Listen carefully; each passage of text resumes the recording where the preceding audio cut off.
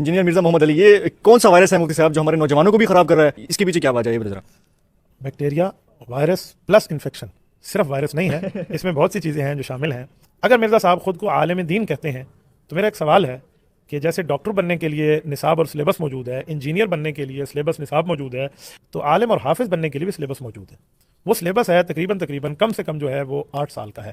ہر سال کا ایک ایک نام ہے، اولا، ثانیہ، ثالثہ، رابعہ، خامسہ، سادسہ، سابعہ، دورہ حدیث۔ یہ 8 سال عالم بننے کے۔ اس کے بعد مفتی بننے کے 3 کورس ہیں، تخصص فی الافتاء، تخصص فی الحدیث، تخصص فی التفسیر۔ تخصص کہتے ہیں اسپیشلائزیشن کورس کو۔ تو مرزا صاحب بتا دیں کہ کورسز انہوں نے کہاں کیے ہیں، کس عالم دین سے پڑھے ہیں اور کس مدرسے سے پڑھے ہیں، چاہے وہ بریلویوں کا ہو، چاہے وہ دیوبندیوں کا ہو، چاہے وہ اہل حدیث کا ہو، تو ہم مان جائیں گے کہ یہ عالم دین ہے اور یہ دین کے اندر کوئی بات کر سکنے کی پوزیشن میں ہے۔ اگر انہوں نے وہ کورسز نہیں کیے تو خود کو عالم کیسے ڈکلیئر کر سکتے ہیں؟ یہ تو پھر عطائی ڈاکٹر ہو گئے۔ تو انجینئر صاحب یہ ایسے ہی اوپر سے ایک شرلی مار کے آئے ہیں، ورنہ ان کا کوئی عالم دین ہونے والا کوئی سین نہیں ہے۔ پر سے پرندہ بنانے کا ماہر ہے اور حرم سے جرم بنانے کا ماہر ہے، محرم سے مجرم بنانے کا قائل ہے۔ تو ایک ہی نقطے نے کام خراب کیا ہوا ہے۔ مفتی صاحب نوجوان ہمارے ڈریس مل خان کے بھی کافی نوجوان ہیں، ہمیں شکایت ملتا ہے کہ مفتی صاحب سے بات کریں، وہ غیر مقلد ہوتے جا رہے ہیں اس کے پیچھے، نہ یہ شیعہ کو مانتا ہے، نہ یہ دیوبند کو مانتا ہے، نہ یہ بریلوی کو مانتا ہے، لیکن اس کے پیچھے لوگ غیر مقلد ہوتے جا رہے ہیں۔ حضرت یہ صرف انجینئر ہے، میں اس کے فالوورز کو پیغام دیتا ہوں کہ انجینئرنگ پڑھنے کے لیے تو انجینئرز کے پاس گیا، اس نے وہ اچھا کیا میکینیکل انجینئر ہے، سول بھی نہیں ہے، دیہڑی دار مزدور۔ دوسرے لفظوں میں موٹر سائیکل کا کاربوریٹر صاف کرنے والا نا، تو یہ وہ ہے، تو وہ کرنے کے لیے یہ پڑھنے کے لیے گیا ہے۔ قرآن حدیث لاوارث ہے کہ ان کے وارثین سے آ کے پڑھنے کے لیے تیار نہیں ہے، تو اس نے حضرت ایسے جو ہے نا وہ چلائی ہوئی ہے، دوسرے لفظوں میں فضول دکان۔ السلام علیکم ورحمۃ اللہ، لا حول ولا قوة الا باللہ، حسبنا اللہ ونعم الوکیل، یا حی یا قیوم برحمتک استغیث، لا الہ الا انت سبحانک انی کنت من الظالمین، ربنا آتنا من لدنک رحمہ وہیئ لنا من امرنا رشدا، اللہم صل علی محمد وعلی آل محمد واصحاب محمد وازواج محمد وامت محمد اجمعین الی یوم الدین، آمین۔ الحمد للہ رب العالمین والصلاة والسلام علی سید الانبیاء والمرسلین وعلی آلہ واصحابہ اجمعین الی یوم الدین۔ الحمد للہ آج 31 دسمبر 2023 کو سنڈے کے دن ہمارا یہ پبلک سیشن نمبر 127 ہوگا انشاءاللہ تعالی۔ آپ کے یہ سوالات ریئل ٹائم پرچیوں کی شکل میں میرے پاس آ چکے ہیں، انشاءاللہ انہیں ہم بعد میں ڈسکس کریں گے۔ پہلے ایک کرنٹ افیئر کے طور پر ایشو ڈسکس کر لیں۔ اس سے بھی پہلے آ چکے 31 دسمبر ہے، کل سے انشاءاللہ نیا سولر ایئر شروع ہونے والا ہے۔ تو زندگی میں جو اس قسم کے مائل سٹونز آتے ہیں، انسان کو اپنے ماضی پہ بھی توجہ کرنی چاہیے اور مستقبل کے لیے اچھے پلانز کرنے چاہیے دنیا اور آخرت کے اعتبار سے۔ تو اللہ تعالیٰ سے ہم دعا کریں گے کہ آج تک ہم سے کوئی غلطیاں کوتاہیاں ہوئیں ان سے درگزر فرمائے، اور جو لوگ فوت ہو چکے ان کی مغفرت فرمائے، اور جو آنے والا سال ہے وہ پوری دنیا کے مسلمانوں کے لیے بالخصوص اور پوری انسانیت کے لیے بالعموم خوشحالی اور امن کا سال بنائے 2024 کو انشاءاللہ تعالی۔ یہ اکثر ویسے پبلک کے اندر مشہور ہے کہ یہ کوئی کرسچنز کے ایئرز ہیں یا نان مسلم کے ایئرز ہیں، اور مسلمانوں کا جو سال ہے وہ محرم سے شروع ہوتا ہے۔ یہ دونوں ہی اللہ کے سال ہیں، خواہ وہ لیونر ایئرز ہوں خواہ سولر ایئرز ہوں، دونوں کو پیغمبروں کے ساتھ ہی نسبت ہے۔ اے ڈی کی جو ٹرم بولی جاتی ہے اینو ڈومینی، اس کی ایبریویشن ہے یہ، اور یہ لیٹن زبان کا ورڈ ہے جس کا مطلب ہے ایئر آف دا لارڈ، آقا کی پیدائش کا سال۔ یعنی سیدنا عیسیٰ ابن مریم علیہ السلام جس سال پیدا ہوئے، اس سال کو انہوں نے ایک بینچ مارک کے طور پہ رکھا ہے کہ یہ ایئر آف دا لارڈ ہے، اینو ڈومینی، اے ڈی، یہ اس چیز کی ایبریویشن ہے، لہذا اس کی نسبت عیسیٰ ابن مریم کے ساتھ ہے علیہ السلام۔ باقی آج کل چونکہ آپ کو پتہ ہے کہ اس وقت فکری غلبہ جو ہے وہ لوگوں کو حاصل ہے کہ جو لوگ پیغمبروں سے برگشتہ ہو چکے ہیں، اس لیے اب کچھ عرصے سے انہوں نے اس کی ایبریویشن کو بھی چینج کر دیا ہے۔ اس کے لیے اب جو ٹرم وہ یوز کر رہے ہیں وہ سی ای کر رہے ہیں، کامن ایرا، یعنی جو مشہور ایرا چل رہا ہے اس کے اعتبار سے، یعنی وہ کہیں گے آج 2023 جو ہے سی ای کامن ایرا کا سال ختم ہو رہا ہے، اور کل سے 1 جنوری 2024 کامن ایرا کا سال سٹارٹ ہو رہا ہے۔ ویسے لفظ کامن ایرا بولا جاتا ہے، ایرا بھی بول لیتے ہیں، اردو میں چل جاتا ہے۔ اور جو قبل از مسیح ہے اس کے لیے ٹرم یوز ہوتی تھی پہلے بی سی، بفور کرائسٹ۔ اے ڈی سے لوگ سمجھتے تھے آفٹر ڈیتھ آف کرائسٹ، اس کی وجہ سے بعض مسلمان اسے یوز نہیں کرتے تھے۔ یہ آفٹر ڈیتھ آف کرائسٹ نہیں ہے، یہ اینو ڈومینی ہے، year of the Lord. Before Christ کے لیے انہوں نے اب بی سی ای کر دیا ہے، بفور کامن ایرا۔ یہ کامن ایرا اور وہ بفور کامن ایرا۔ میرا خیال ہے مسلمانوں کو یہی ٹرم یوز کرنی چاہیے، اے ڈی کی اور بی سی کی۔ تمام جو پیغمبر ہیں ان کی نسبت ظاہر ہے اللہ کے ساتھ ہے، اور ہمیں تو یہ عقیدہ سکھایا گیا ہے لا نفرق بین احد من رسلی، ہم رسولوں میں ایمان لانے میں بالکل کوئی فرق نہیں کرتے۔ ہمارے نزدیک سیدنا امام اعظم محمد رسول اللہ صلی اللہ علیہ وآلہ وسلم کا کفر کرنے والا بھی اتنا ہی بڑا کافر ہے جتنا بڑا کافر وہ شخص ہے جو عیسیٰ ابن مریم کا انکار کر دے علیہ السلام۔ تو یہ میں نے چھوٹی سی ایک کلیریفیکیشن اس حوالے سے دے دی۔ باقی جو یہ ہیپی نیو ایئر منایا جاتا ہے یا اس رات کو بے حیائی کے کام ہوتے ہیں، ان کے ساتھ کوئی اسلام کا لینا دینا نہیں ہے۔ ویسے کوئی سیلیبریشن کے طور پہ ایکٹیویٹی کر لے جس میں کوئی بے حیائی والا معاملہ نہ ہو تو یہ کوئی دینی ایکٹیویٹی کے طور پہ نہیں ہے، ایک کلچرل ہے، اس میں ہماری کوئی ریزرویشن نہیں ہے۔ ہماری ریزرویشن یہ ہے کہ اس کو 31 دسمبر اور 1 جنوری کی درمیانی رات جو ہے اس کو بے حیائی کی رات نہ بنایا جائے اور اس کے اندر کوئی اس قسم کے معاملات نہ کیے جائیں، بس وہ ہماری ریزرویشن ہے۔ باقی آج کے ٹاپک کی طرف آئیں۔ آج کل ایک تازہ ویڈیو وائرل ہوئی ہے، ایک دیوبندی حیاتی حنفی مفتی عبد الواحد قریشی صاحب کی حفظہ اللہ تعالی، ہم تو احترام سے ہی نام لیں گے ان کے، ہمیں ان کے نظریات سے اختلاف ہے، کسی کے نام سے تو کوئی اختلاف نہیں ہے۔ تو ان کی طرف سے بارہا یہ ٹاپک اٹھایا گیا، میں نے مختلف اوقات میں اسے مختصر طور پر ضرور ایڈریس کیا تھا، لیکن اب پھر سے انہوں نے یہ مسئلہ اٹھایا ہے۔ آلموسٹ کوئی 1-1.5 ہفتے پہلے کسی بھائی کو انٹرویو دیتے ہوئے، اور اس میں وہ بڑے سٹائل میں بیٹھے ہوئے ہیں، کالا چشمہ لگایا ہوا ہے انہوں نے، اور اس میں کافی ساری انہوں نے باتیں کی ہیں جو ہمارے علماء کا درد دل ہے وہ رکھتے رہتے ہیں۔ ایک طرف مجھے جاہل بھی کہتے ہیں یہ لوگ، دوسری طرف ان کی راتوں کی نیندیں بھی حرام ہے میری وجہ سے۔ جب ایک شخص ہے ہی جاہل ہے تو اسے سیریس لینے کی ضرورت ہی نہیں ہے۔ تو اس کا مطلب ہے کہ یہ جو کچھ سامنے آپ کو نظر آ رہے ہیں ویسا ہے نہیں ہے، کافی پریشان ہے، اور ظاہر ہے کہ اتنا مشکل وقت فرقوں نے کبھی نہیں دیکھا تھا۔ یہ لوگ کبھی بھی ایسی صورتحال کو نہیں پہنچے تھے کہ انہیں کوئی چیلنج کر سکے۔ تو ان کی جو چیخیں ہیں وہ بالکل جینون ہیں، ہمیں پتہ ہے کہ ایسا ہی ہونا تھا۔ تو وہ عبد الواحد قریشی صاحب نے پھر سے وہ اعتراض اٹھایا ہے۔ انہوں نے کہا کہ ایک انہوں نے اپنی اصلاح کر لی ہے، پہلے وہ مجھے سول انجینئر کہتے تھے، اس دفعہ انہوں نے کہا یہ میکینیکل انجینئر ہے۔ چلے یہ تو انہوں نے رجوع ریکارڈ کروا دیا اپنا، اور انہوں نے باقاعدہ وہ کلیریفیکیشن اپنی اس نئی ویڈیو کے اندر دی ہے۔ ویسے وہ میمز کی شکل میں تو آپ تک پہنچ چکی ہے ویڈیو۔ انجینئر مرزا محمد علی، یہ کون سا وائرس ہے مفتی صاحب جو ہمارے نوجوانوں کو بھی خراب کر رہا ہے؟ اس کے پیچھے کیا وجہ ہے ذرا؟ بیکٹیریا وائرس پلس انفیکشن، صرف وائرس نہیں ہے، اس میں بہت سی چیزیں ہیں جو شامل ہیں۔ اگر مرزا صاحب خود کو عالم دین کہتے ہیں تو میرا ایک سوال ہے کہ جیسے ڈاکٹر بننے کے لیے نصاب اور سلیبس موجود ہے، انجینئر بننے کے لیے سلیبس نصاب موجود ہے، تو عالم اور حافظ بننے کے لیے بھی سلیبس موجود ہے. وہ سلیبس ہے تقریباً کم سے کم جو ہے وہ 8 سال کا ہے. ہر سال کا ایک نام ہے، اولا، ثانیہ، ثالثہ، رابعہ، خامسہ، سادسہ، سابعہ، دورہ حدیث. یہ 8 سال عالم بننے کے.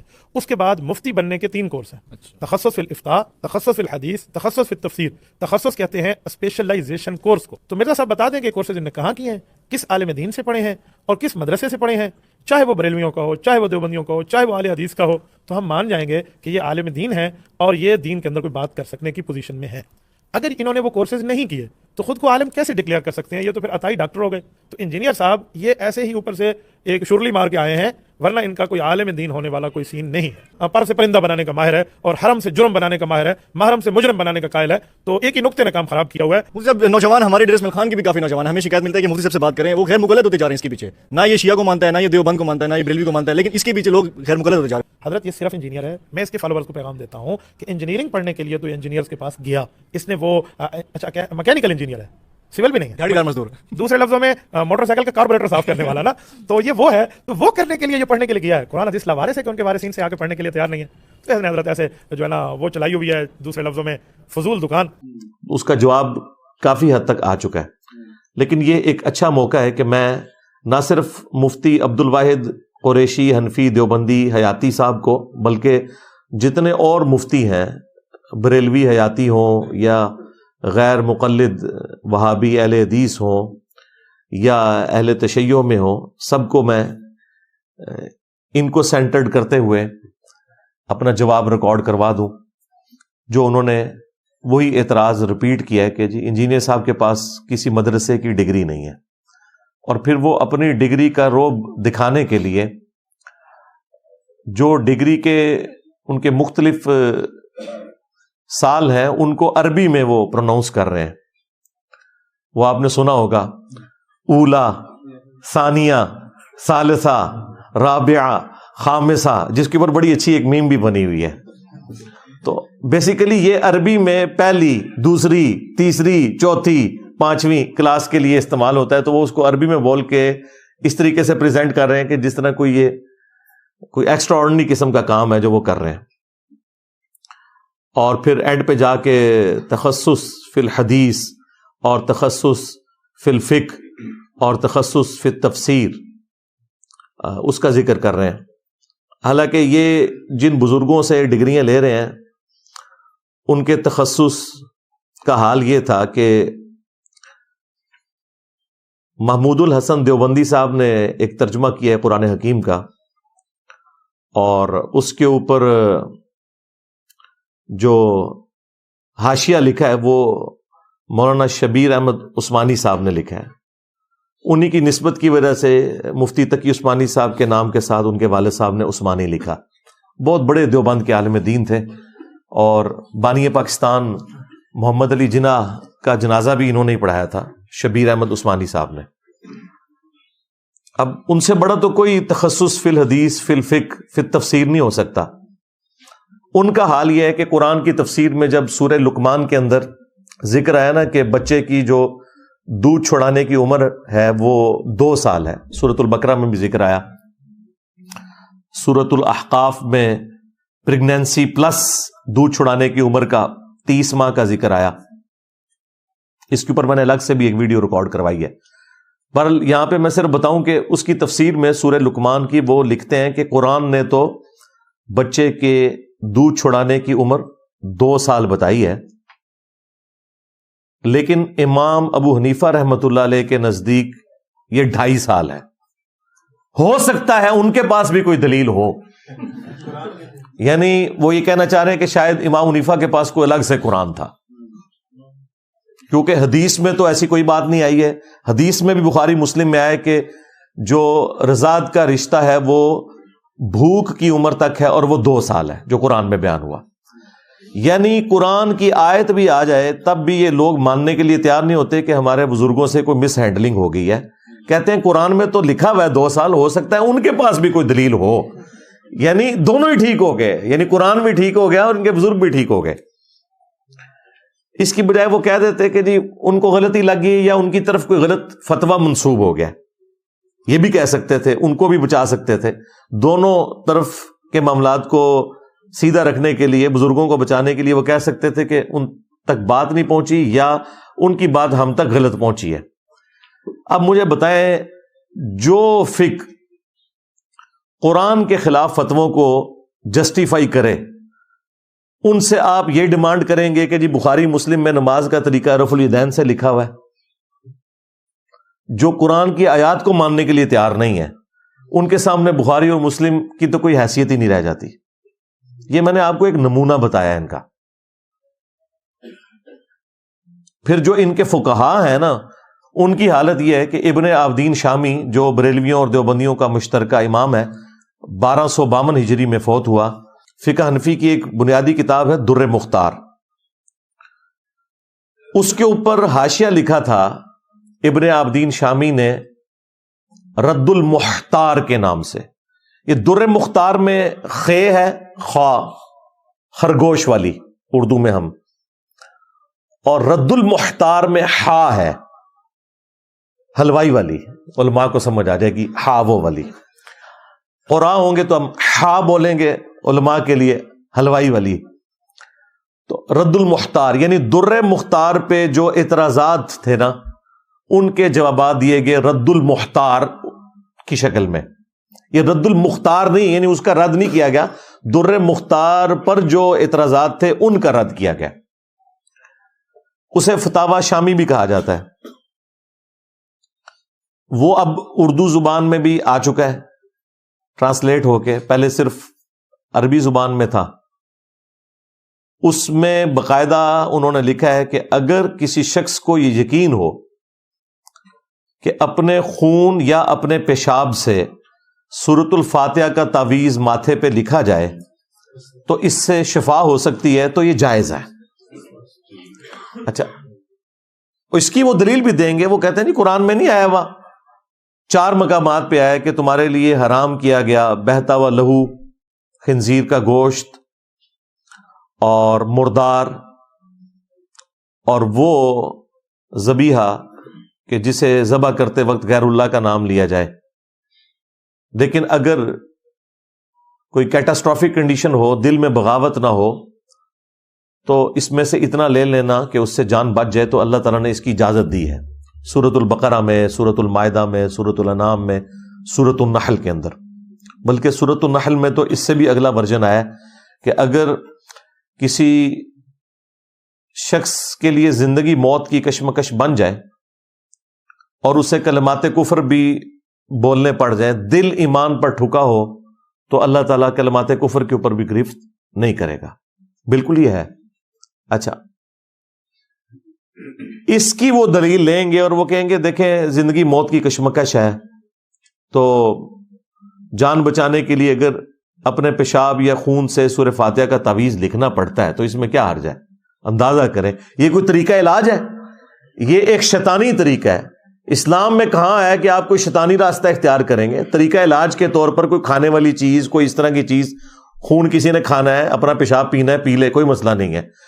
اللہ تعالیٰ کے قرآن کو کیوں وہ اس طریقے سے تعویذ کی شکل میں لکھنا چاہتا ہے؟ یہ تو نہ کوئی روحانی علاج بن سکتا ہے اور نہ ہی یہ کوئی آپ کا میڈیکل علاج ہو سکتا ہے. تو اس طرح کی جسٹیفیکیشنز دیں گے، یا کہیں گے یہ بس ان کا فتویٰ ہے لیکن مفتہ بھی قول نہیں ہے. مفتہ بھی تو ہے نا، وہ فتویٰ تو دے رہے ہیں نا، ان کے اوپر گرفت کرو. گرفت کرنے کی ان کی جرت نہیں ہے. ایک مرد مجاہد پیدا ہوا بریلویوں میں، ہمارے استاد غلام سعود سعیدی صاحب رحمہ اللہ تعالی، اللہ تعالیٰ ان کی غلطیوں سے درگزر فرمائے، انہیں نیک کاموں کا اجر دے. انہوں نے جب شرح صحیح مسلم لکھی 6 جلدوں کے اوپر، تو انہوں نے اس مسئلے کو اس میں ایڈریس کیا. اب وہ ایڈریس انہوں نے اس انداز میں کیا کہ کسی طریقے سے اپنے بزرگوں کو بھی بچا لیں اور اپنے ایمان کا اظہار بھی کر دیں تاکہ اللہ تعالیٰ کے حضور پکڑ نہ ہو جائے. انہوں نے پتہ کیا لکھا؟ انہوں نے کہا کہ اس میں کوئی شک نہیں ہے کہ ہمارے بزرگوں میں قرآن اور سنت کی عظمت ہم سے بہت زیادہ تھی. یعنی پہلے انہوں نے باقیوں کو نارملائز کرنے کی کوشش کی کہ اب میں جو بزرگوں کے اوپر علمی گولی چلانے لگا ہوں تو کوئی یہ نہ کہ میں بزرگوں کا گستاخ ہوں. انہوں نے کہا کہ ان کے دل میں قرآن اور سنت کی عظمت ہم سے زیادہ تھی، لیکن بال کی کھال اتارنے کی عادت نے، یعنی چھوٹی چھوٹی باتوں کے اوپر، جسے یہ فقہ کا نام دیتے ہیں، اور فقہ تو اسلام کی بنیاد ہے، ٹرو انڈرسٹینڈنگ. بخاری مسلم میں حدیث ہے، اللہ تعالیٰ جس کے ساتھ بھلائی کا ارادہ فرماتا ہے اسے دین کی فقہ عطا فرما دیتا ہے، اور دیتا اللہ ہے، تقسیم میں کرتا ہوں. یعنی علم دین اللہ تعالیٰ دیتا ہے، میں تو صرف تقسیم کرنے والا ہوں. تو انہوں نے کہا کہ بال کی کھال اتارنے کی عادت نے ہمارے بزرگوں کو اس حد تک پہنچایا کہ انہوں نے اس قسم کے فتوے لکھ دیے. انسان مر جانا تو گوارا کرے گا، لیکن کوئی مسلمان، عام مسلمان بھی کبھی یہ جرت نہیں کرے گا کہ وہ پیشاب سے یا خون سے سورہ فاتحہ کا تعویذ لکھے. یہ غلام سعود سعیدی صاحب کے الفاظ ہیں کہ انسان اس سے بہتر ہے کہ مر جائے، اور میں اس میں ایڈ کروں گا کہ کتے کی موت مر جائے، اس سے بہتر ہے کہ یہ کام کرے. اچھا، ایک طرف تو انہوں نے یہ لکھ دیا کہ اس سے بہتر ہے مر جائے، اس کا مطلب ہے وہ اپنے بزرگوں ہی کہہ رہے تھے کہ اس تو بہتر سی مر ہی جاندے ہو تسی ہوئے جو کچھ فتویٰ لکھ کے گئے ہو. لیکن یہ کہتے تو لوگوں نے کہنا تھا یہ بزرگوں کے اوپر کرٹیسائز کر رہے ہیں. انہوں نے کہا کہ یقیناً ان کے دل میں قرآن و سنت کی عظمت ہم سے زیادہ تھی. یعنی جو اس قسم کے غلیظ فتوے لکھے ہیں ان کی عظمت ان کے دلوں میں ایسی ہے کہ ان کی طرف سے جھوٹا دفاع بھی کر رہے ہیں کہ یقیناً قرآن و سنت کی عظمت ان کے دل میں ہم سے زیادہ تھی. اللہ معافی دے جی، اگر یہ کرائیٹیریا ہے کہ آپ سے زیادہ تھی تو آپ تو پھر ان سے بھی زیادہ گئے گزرے ہوئے ہوں گے. لیکن بہرحال انہوں نے ایک سٹیپ طے کیا. میں اس چیز کو اپریشیٹ کروں گا. اگر وہ یہ نہ لکھتے تو ہم آپ کو کیسے بتا سکتے؟ یہ بھی ہوتا کہ ہم آپ کے سامنے عربی یا اردو ترجمہ بھی رکھ دیتے فتاوی شامی کا، پھر بھی آپ کہتے ہیں نہیں ان کا کہنے کا مطلب یہ نہیں تو وہ نہیں. تو اب تو میں غلام سعود سعیدی صاحب کا وہ پورا حوالہ لگا سکتا ہوں. انہوں نے باقاعدہ عربی عبارت بھی لکھی ہے، اردو ترجمہ بھی کیا ہے، اس کے اوپر نکیر بھی کی ہے. تو یہ ہمارے پاس یہ آ گیا. لہذا وہ جو آپ کو گنوا رہے تھے نا، اولا، ثانیہ، ثالثہ، رابعہ، خامسہ، سادسہ، اور پھر سابعہ، اور پھر کہتے ہیں جی تخصص فی الحدیث، تخصص فی الفقہ، اور تخصص فی التفسیر. یہ ہے جی ان کے بزرگ یہ تفسیریں لکھ کے گئے ہیں. خیر یہ تو میرا ایک فیوریٹ ٹاپک ہے، اس میں بولتا جاؤں تو میاں بھی آ جائے گا. ہاں میاں لوگ کیا کہیں گے، لیکن وہ پھر ٹاپک دوسری طرف چلا جائے گا. وہ آلریڈی میں اتنی دفعہ بیان کر چکا ہوں. اب تو صرف میاں کہنے سے ہی پتہ چل جاتا ہے کہ بھئی ہم کہنا کیا چاہ رہے ہیں. ٹھیک ہے، تو یہ انہوں نے ڈگری کے حوالے سے پوائنٹ پھر سے اٹھایا کہ جی انجینئر صاحب کے پاس چونکہ ڈگری نہیں ہے لہٰذا ہم ان کی بات کو کوئی ورت نہیں دیتے، نہ ان کے ساتھ کوئی بیٹھنے کی ضرورت ہے. یہ تو ہم لوگوں کی وجہ سے کوئی دو چار باتوں کا جواب دے دیتے ہیں، ادروائز کوئی ضرورت نہیں ہے.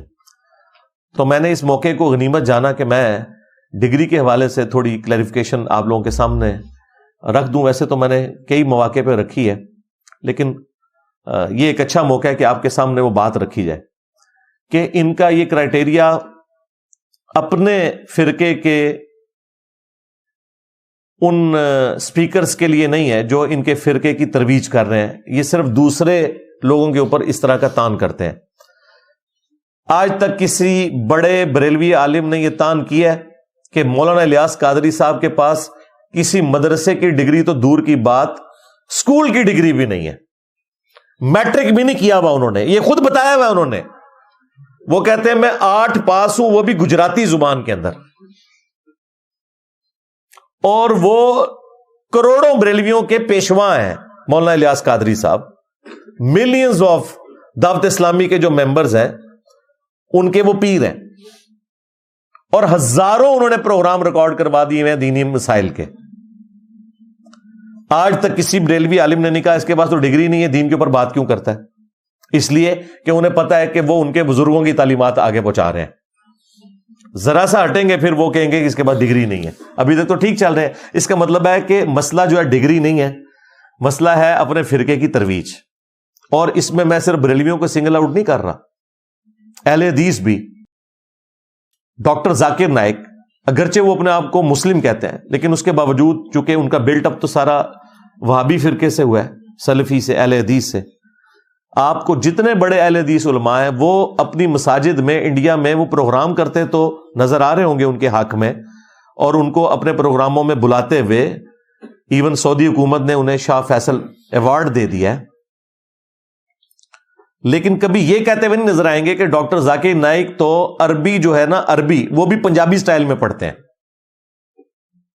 زبر زیر کی غلطی تو ایک الگ بات ہے، وہ عربی بھی جو ہے نا، جو چند ایک آیات انہوں نے یاد کی ہوئی ہے نا، وہ بھی پنجابی سٹائل میں پڑھ رہے ہوتے ہیں، کیونکہ انہوں نے عربی پروناؤنس کرنا نہیں سیکھی ہوئی۔ ان کا بیٹا بڑی اچھی عربی جو ہے وہ پروناؤنس کرتا ہے، جو فارق نائک ہے، چونکہ وہ پڑھا ہوا ہے ادھر سے ہی، مدینہ یونیورسٹی سے۔ تو یہ میں کوئی عیب کے طور پہ نہیں بیان کر رہا، میں ویسے بتانا چاہ رہا ہوں کہ اہل حدیث نے کبھی نہیں کہا کہ اس کے پاس وہ ڈگری نہیں ہے۔ کیوں؟ کہ وہ اہل حدیث کے کسی مسئلے سے اختلاف ہی نہیں کرتے۔ ایون یزید والا مسئلہ بھی وہ وہابیوں والا بتاتے ہیں، طلاق والا مسئلہ بھی وہ وہابیوں والا بتاتے ہیں۔ ایک مسئلے میں تھوڑا بہت اختلاف ہوا تھا، لیکن وہ ان کے لیے اتنا کوئی مسئلہ نہیں ہے کہ وہ کہتے ہیں اپنے آپ کو مسلم کہنا چاہیے، سلفی اہل حدیث نہیں کہنا چاہیے۔ اس پہ تھوڑی بہت کوئی نکیر آئی تھی، لیکن اس میں یہ چیز کسی بڑے عالم کی طرف سے نہیں آئی ہے کہ یہ بندہ گمراہ ہے، اسے دین کی تبلیغ کا کوئی رائٹ حاصل نہیں ہے، فلاں فلاں، اس طرح کر کے کبھی نہیں کہ یہ تو MBBS ڈاکٹر ہے، اس کا کیا کام ہے۔ چھوٹے ایک دو مولویوں نے اس طرح کی حرکت کی ہے، لیکن ان کی کوئی ورتھ نہیں ہے۔ بڑے علماء تو الحمدللہ ان کو آن کرتے ہیں، اس لیے کہ وہ اہل حدیث فرقے کے حق میں بات کر رہے ہیں۔ اب تیسرے فرقے کی طرف آ جائیں، دیوبندی۔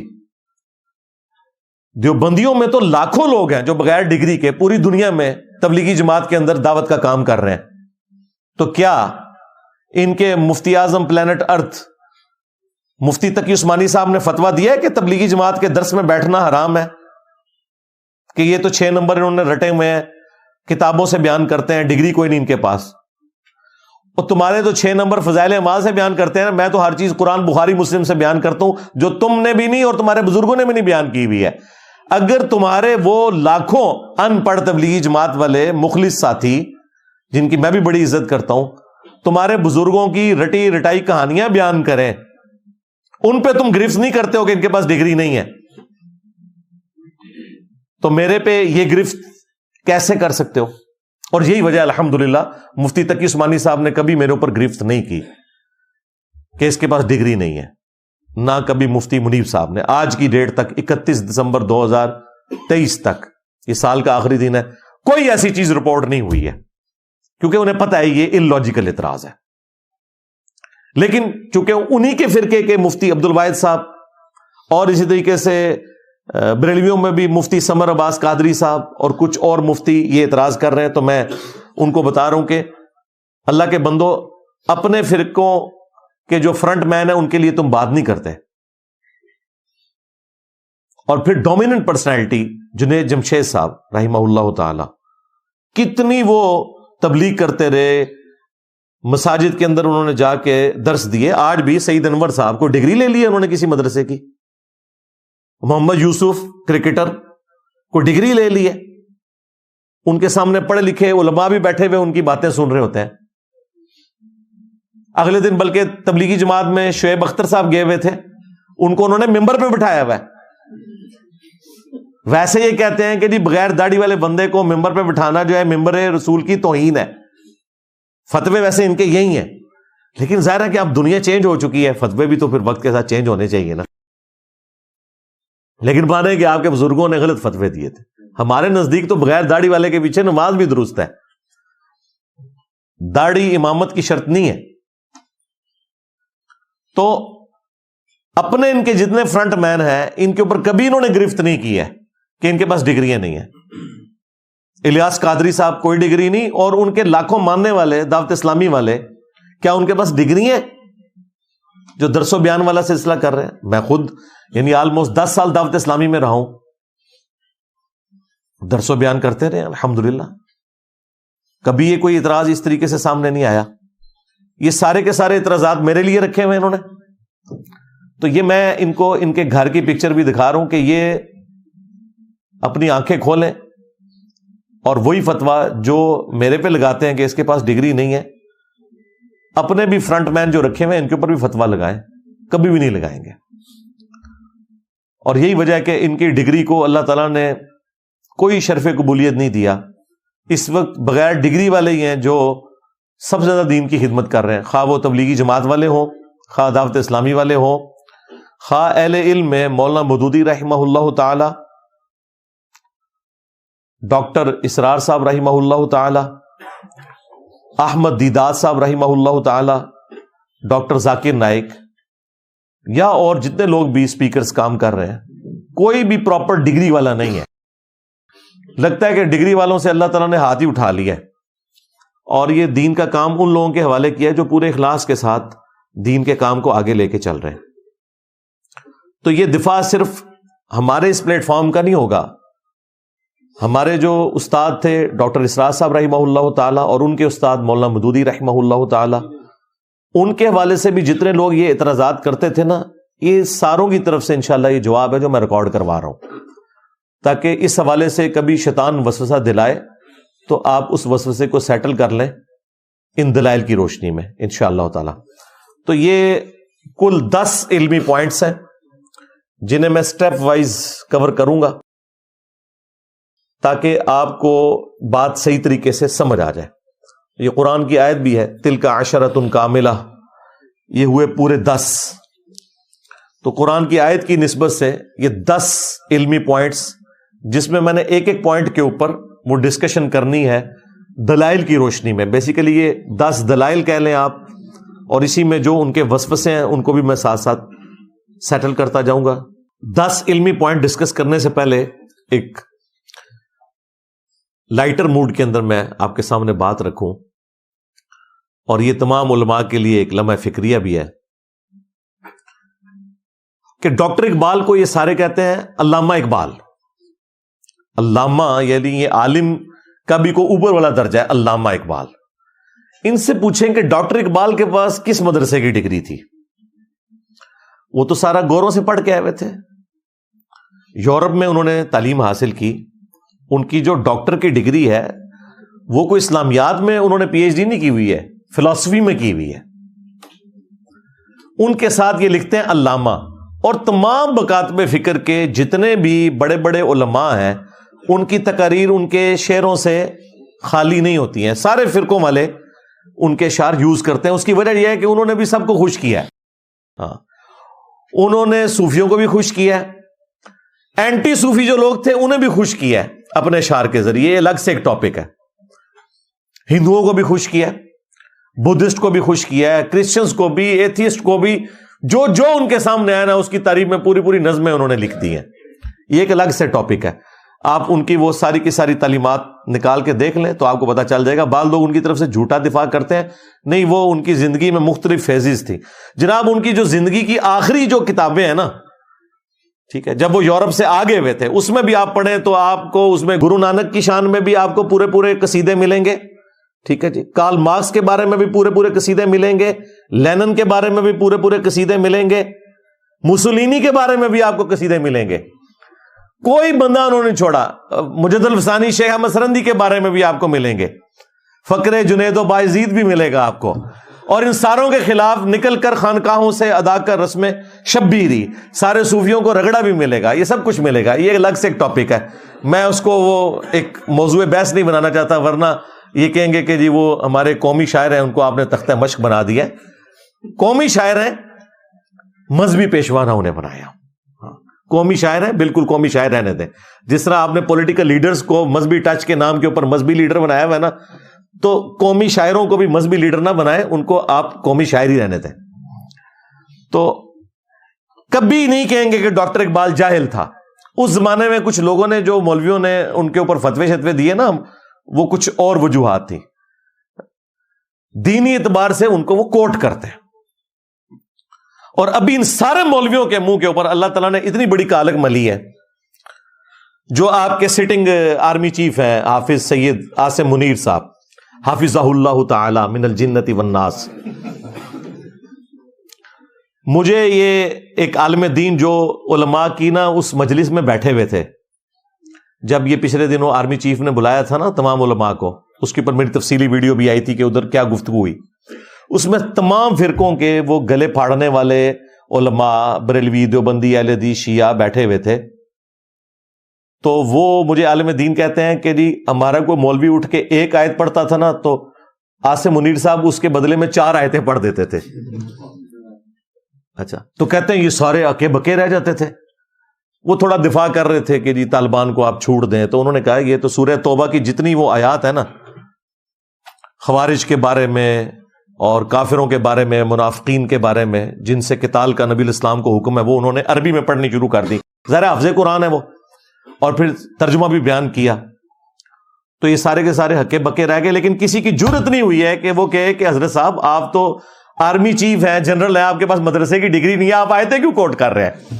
دیکھا کتنے گیا دماغ میرا. اوے مولویوں ڈب مرو, اتنے مخلص ہونا اپنی ڈگری کے ساتھ. تو جب آرمی چیف تمہیں سامنے بٹھا کے آیات سنا رہا تھا نا, جڑے بن دینا.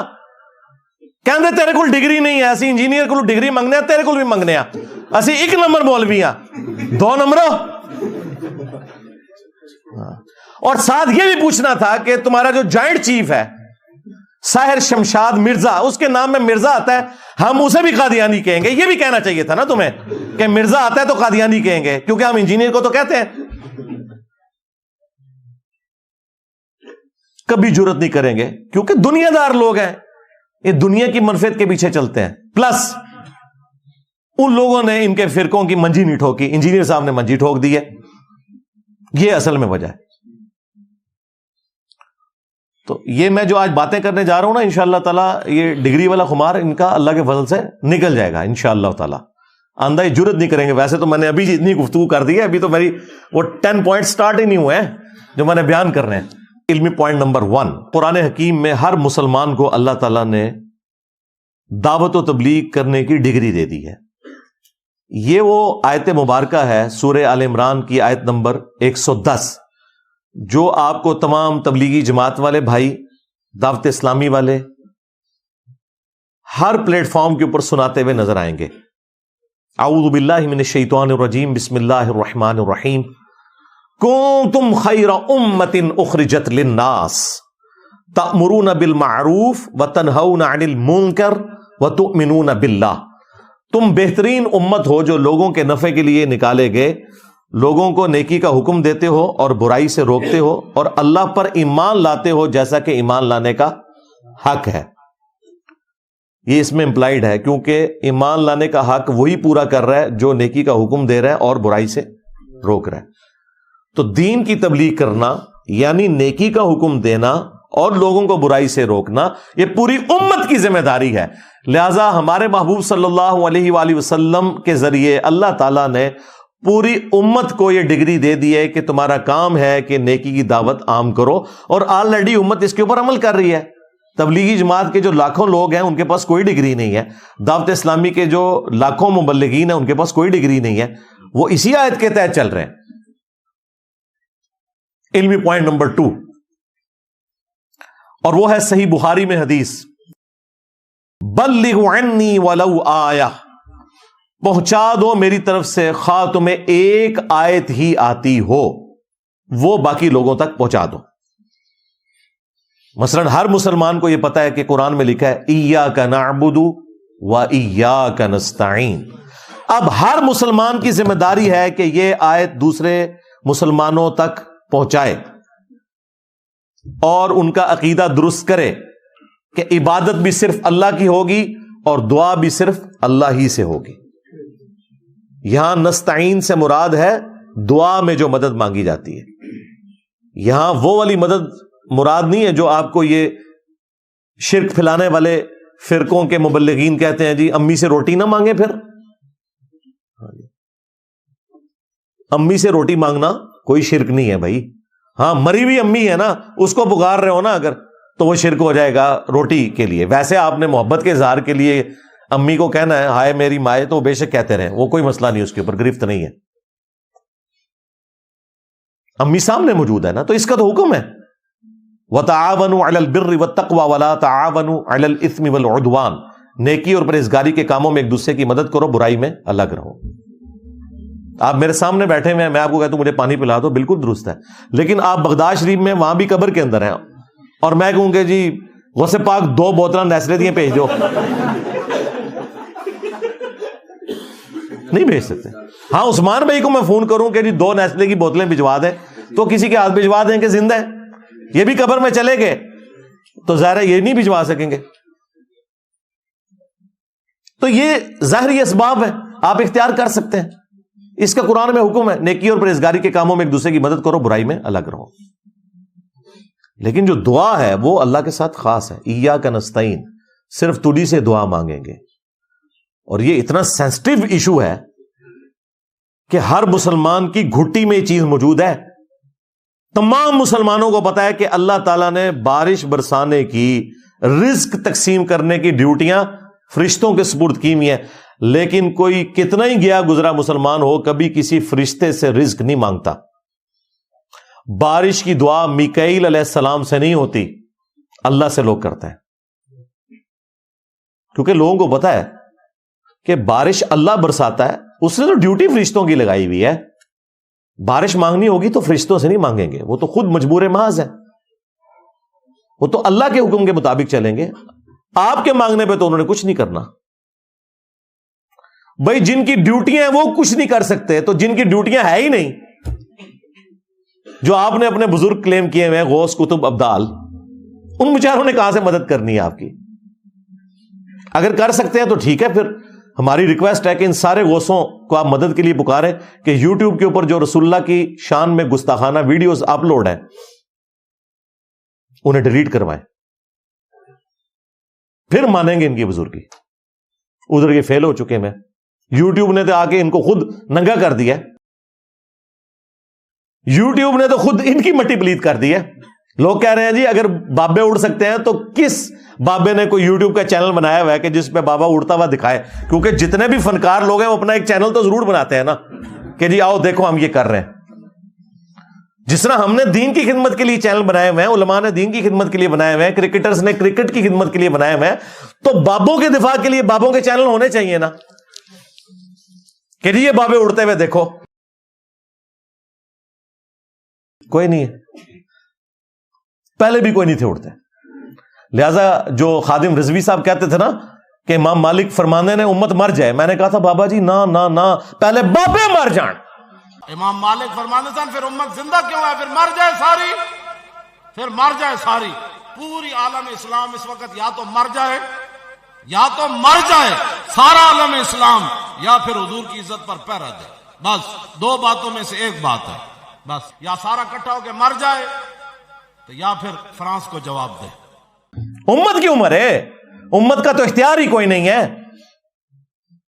امت تو اس وقت پستی میں ہے.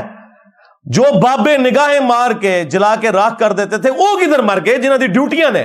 پہلی ڈیوٹی اس بندے کی ہے کہ جہاں یوٹیوب کی ہارڈ ڈسک رکھی ہوئی ہے نا, ہزاروں کنال کے اوپر انہوں نے جگہ لے کے, ادھر جس بابے غوث کتب کی ڈیوٹی ہے نا پہلے وہ مر جائے, بلکہ کہنا چاہیے کتے کی موت مر جائے کہ وہ رسول اللہ کی شان میں جو گستاخانہ ویڈیوز ہیں وہ ڈیلیٹ نہیں کروا سک رہا. اور تم سے تو گوروں کے منسٹر بہتر ہیں کہ جب ناکام ہوتے ہیں تو خودکشی کر لیتے ہیں. تمہارے سارے غوثوں کو چاہیے خودکشی کر لیں کہ بھائی ہم اپنی ڈیوٹی نہیں پوری کر سکے, رسول اللہ کی عصمت پہ پیرا نہیں ہم دے سکے. ابھی وہ پیرے کی تو میں بات ہی نہیں کر رہا جو ان کے درباروں کے اوپر ساری چرس, ہیروین اور بدکاری کے اڈے بنے ہوئے ہیں, وہ بھی ڈیوٹیاں کو نہیں پوری ہو رہی ہیں. وہ بعد کی چیز ہے, اصل چیز نبی الاسلام کی عصمت کا معاملہ ہے. تو بلغوا عنی ولو آیا, پہنچا دو میری طرف سے خواہ ایک آیت آتی ہو. تو نبی الاسلام تو کہہ رہے ہیں ایک آیت بھی کسی کو آتی ہے اس نے آگے پہنچا دینی ہے. تو آپ کی ڈگری تو مر گیا, ظاہر ہے ڈگری کہاں رہ گیا پھر. ایک آیت پہنچانے والا بھی نبی الاسلام کی ختم نبوت صلی اللہ علیہ وآلہ وسلم کی ڈیوٹی پوری کر رہے ہیں, الحمدللہ. علمی پوائنٹ نمبر 3, جامعہ ترمذی میں ایک روایت ہے, اس کی صحت میں اختلاف ہے لیکن اسے سپورٹیو ایک قول ہے ابن عباس کا, جو ہمارے استاد نے اسی ترمذی کی حدیث کے فٹ نوٹ کے اوپر لکھا ہے مشکات المصابیح میں, کہ حکمت اور دانائی مسلمان کی گم شدہ میراث ہے, جہاں سے بھی ملے اسے حاصل کر لو, سوائے انجینئر صاحب کے. یہ بعد میں ابھی ایڈ کیا نا, پتہ نا آپ کو وقت کے ساتھ حدیثیں بھی گھاڑ لی ہیں نا لوگوں نے. تو اصل تو اتنا تھا موقوفاً ابن عباس سے بعض کے نزدیک مرفوع والی روایت بھی درست ہے نبی الاسلام سے، لیکن یہ بیچ میں جو ہے نا یہ بعد میں ایڈ ہوا ہے ہمارے دنیا میں چھوڑے جانے کے بعد، کہ سوائے انجینئر صاحب کے۔ پہلے یہی تھا کہ حکمت اور دانائی مسلمان کی گمشدہ میراث ہے، جہاں سے ملے حاصل کر لو۔ اسی بنیاد کے اوپر میرے بھائی دوسری صدی ہجری کے آلموسٹ اینڈ کے اوپر اور تیسری کے سٹارٹ میں سلطنت عباسیہ کے جو بڑے بڑے حکمران ہیں انہوں نے دوسری جو امپائرز تھی ان کی علمی کتابیں بھی عربی زبان میں ٹرانسلیٹ کی، اور مسلمانوں کا گولڈن پیریڈ سٹارٹ ہوا جو 500 سے 800 سال تک چلا، کہ جہاں سے بھی آپ کو علم کی بات ملتی ہے وہ آپ لے لیں۔ اور اسی میں سائنس نے ترقی کی مسلمانوں کے ہاں، میتھمیٹکس میں، کیمسٹری کے اندر، بایولوجی کے اندر، فزکس کے اندر کتنی ترقی ہوئی۔ تو یہ بنیادی بات کہ جہاں سے بھی ملے آپ لے لو، اس میں کوئی تفریق نہیں ہے کہ اس کے پاس کس فرقے کی ڈگری ہے، یا ڈگری ہے یا نہیں ہے۔ علمی پوائنٹ نمبر 4 وہ اس سے بھی اگلا ورژن ہے کہ نبی الاسلام نے تو یہاں تک اجازت دی ہے کہ شیطان بھی اگر صحیح بات کرے اس سے بھی لے لو۔ صحیح بخاری میں کہ آیت الکرسی کا وظیفہ حضرت ابو ہریرہ رضی اللہ تعالیٰ عنہ کو شیطان نے تعلیم کیا تھا۔ نبی علیہ السلام نے فرمایا کہ ہے وہ جھوٹا تھا لیکن اس نے بات سچی کی کہ جو رات کو آیت الکرسی پڑھ کے سو جائے تو صبح تک ایک فرشتہ اس کی حفاظت کے اوپر مامور رہتا ہے۔ وہ انسانی شکل میں آیا تو حضرت ابو ہریرہ کو نہیں پتا چلا کہ یہ شیطان تھا، اس زمانے میں علم غیب نہیں تھا نہ ہوتا۔ ہاں بزرگوں کو پتا چل جاتا ہے، وہ بزرگ جو کہ ابو ہریرہ کے گھوڑے کے قدموں کی خاک بھی نہیں، ان کو پتا چل جاتا ہے۔ حضرت ابو ہریرہ کو نہیں پتا چلا کہ یہ 3 دن تک جو مجھے انسانی شکل میں ملتا رہا وہ شیطان تھا۔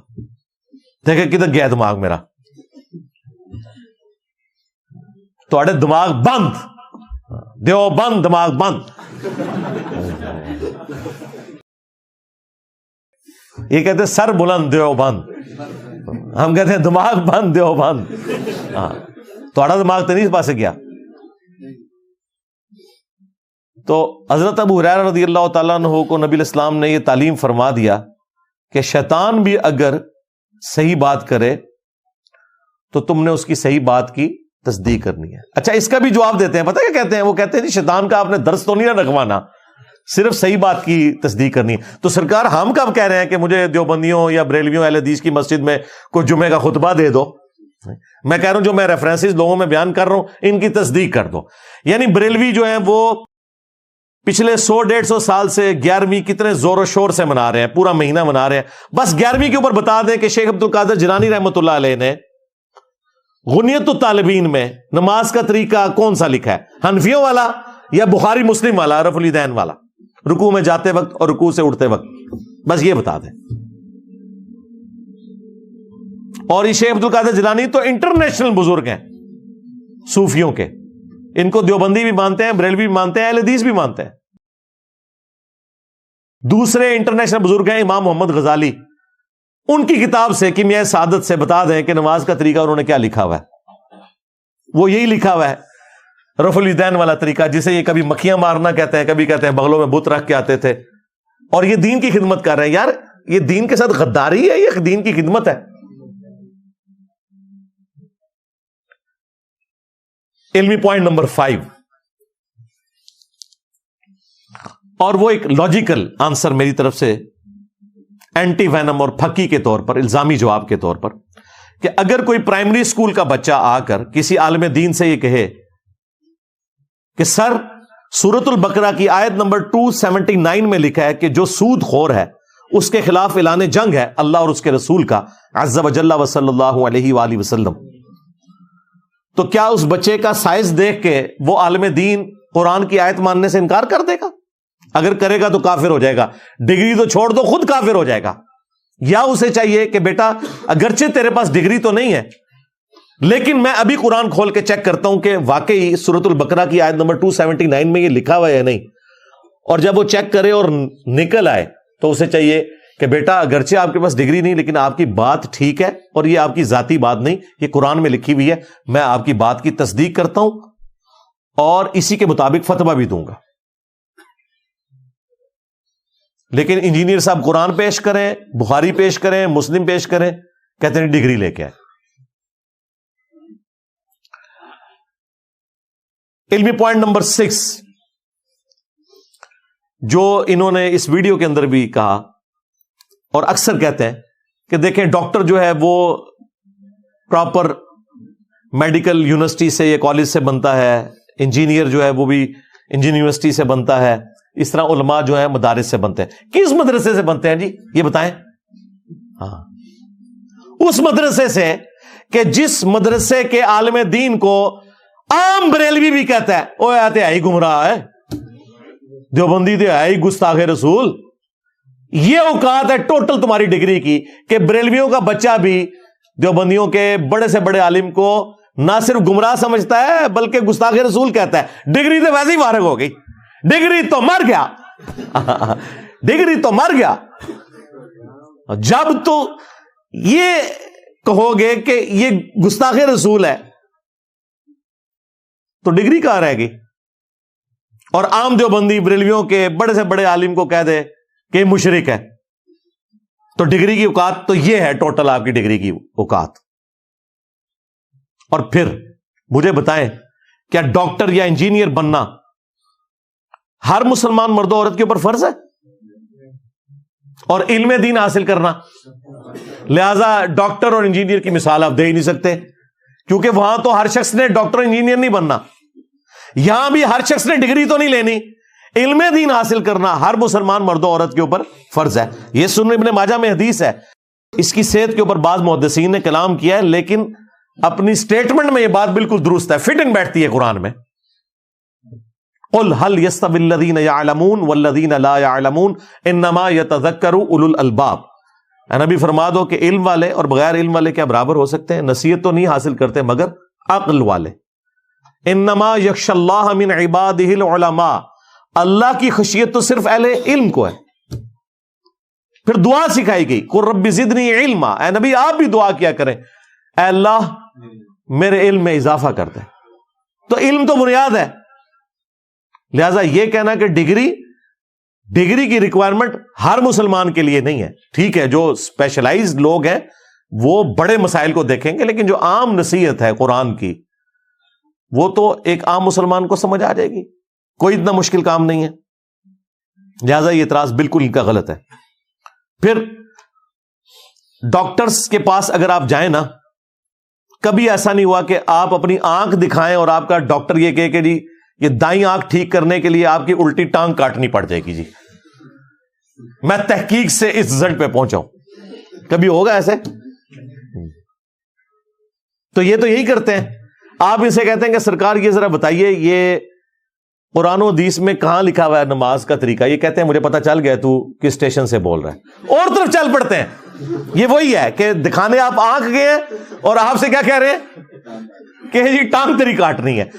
ٹانگ کاٹنے کا جب مشورہ کوئی ڈاکٹر آپ کو دے گا تو آپ کیا کہیں گے کہ ڈاکٹر نے فرما دیا, بزرگوں نے فرما دیا. آپ کہیں گے یار اتنی عقل تو میری بھی کام کرتی ہے کہ آنکھ کے ڈراپس چاہیے ہمیں, لیکن ان علماء کے پاس آپ آنکھ کے ڈراپس لینے کے لیے جائیں, یہ اور طرف آپ کو چلا دیتے ہیں. آپ انہیں کہیں گے ذرا بتائیے بخاری مسلم سے نماز کا طریقہ کیا لکھا ہوا ہے, تو یہ کہتے ہیں جی یہ وہابی جو ہے نا اہل حدیث یہ انگریزوں کی پیداوار ہے. یعنی وہ بات آپ آئی ڈراپس کی کر رہے ہیں, یہ کہیں اور پہنچ گئے. کیڑی جتنا دل ہے ان کا, اپنے فرقے کے خلاف بات بھی نہیں سن سکتے اور اس طرح کے آرگومنٹس کرنا شروع کر دیں گے. پھر دنیاوی ڈاکٹرز کا تو یہ حوصلہ ہے کہ وہ جو بھی دوائی لکھتے ہیں نا اس کو آپ کاؤنٹر ویریفائی بھی کر سکتے ہیں. ہر میڈیکل سٹور کے اوپر باقاعدہ ایک کتاب رکھی ہوتی ہے, اور ویسے ڈاکٹرز کے لیے آرڈر تو یہی ہے کہ وہ صرف تشخیص کرے گا, اس کے بعد دوائی جو ہے میڈیکل سٹور سے ملنی چاہیے. وہ جو فارمولا جو بھی وہاں پہ فارماسسٹ موجود ہے وہ سجیسٹ کرے اور آپ اس کو کاؤنٹر ویریفائی کر سکتے ہیں. ایون وہ گولیاں جو 200-300 روپے کی ایک گولی ملتی ہے نا, اگر آپ اس کا فارمولا پڑھ کے وہ کتاب خود کھول کے دیکھیں نا جو میڈیکل سٹور پہ ہے, تو اس کے ایکویلنٹ دوسری کمپنیوں کی 5 یا 10 روپے کی گولی بھی مل جاتی ہے. وہ صرف برانڈ کے پیسے لے رہے ہوتے ہیں. کاؤنٹر ویریفائی کر سکتے ہیں. لیکن مولوی جڑا تانوں کوئی گل دسدا ہے تسی جناب قرآن کھول لو, حدیث کھول لو, تو ان کی طرح نظر ہی نہیں آئے گی.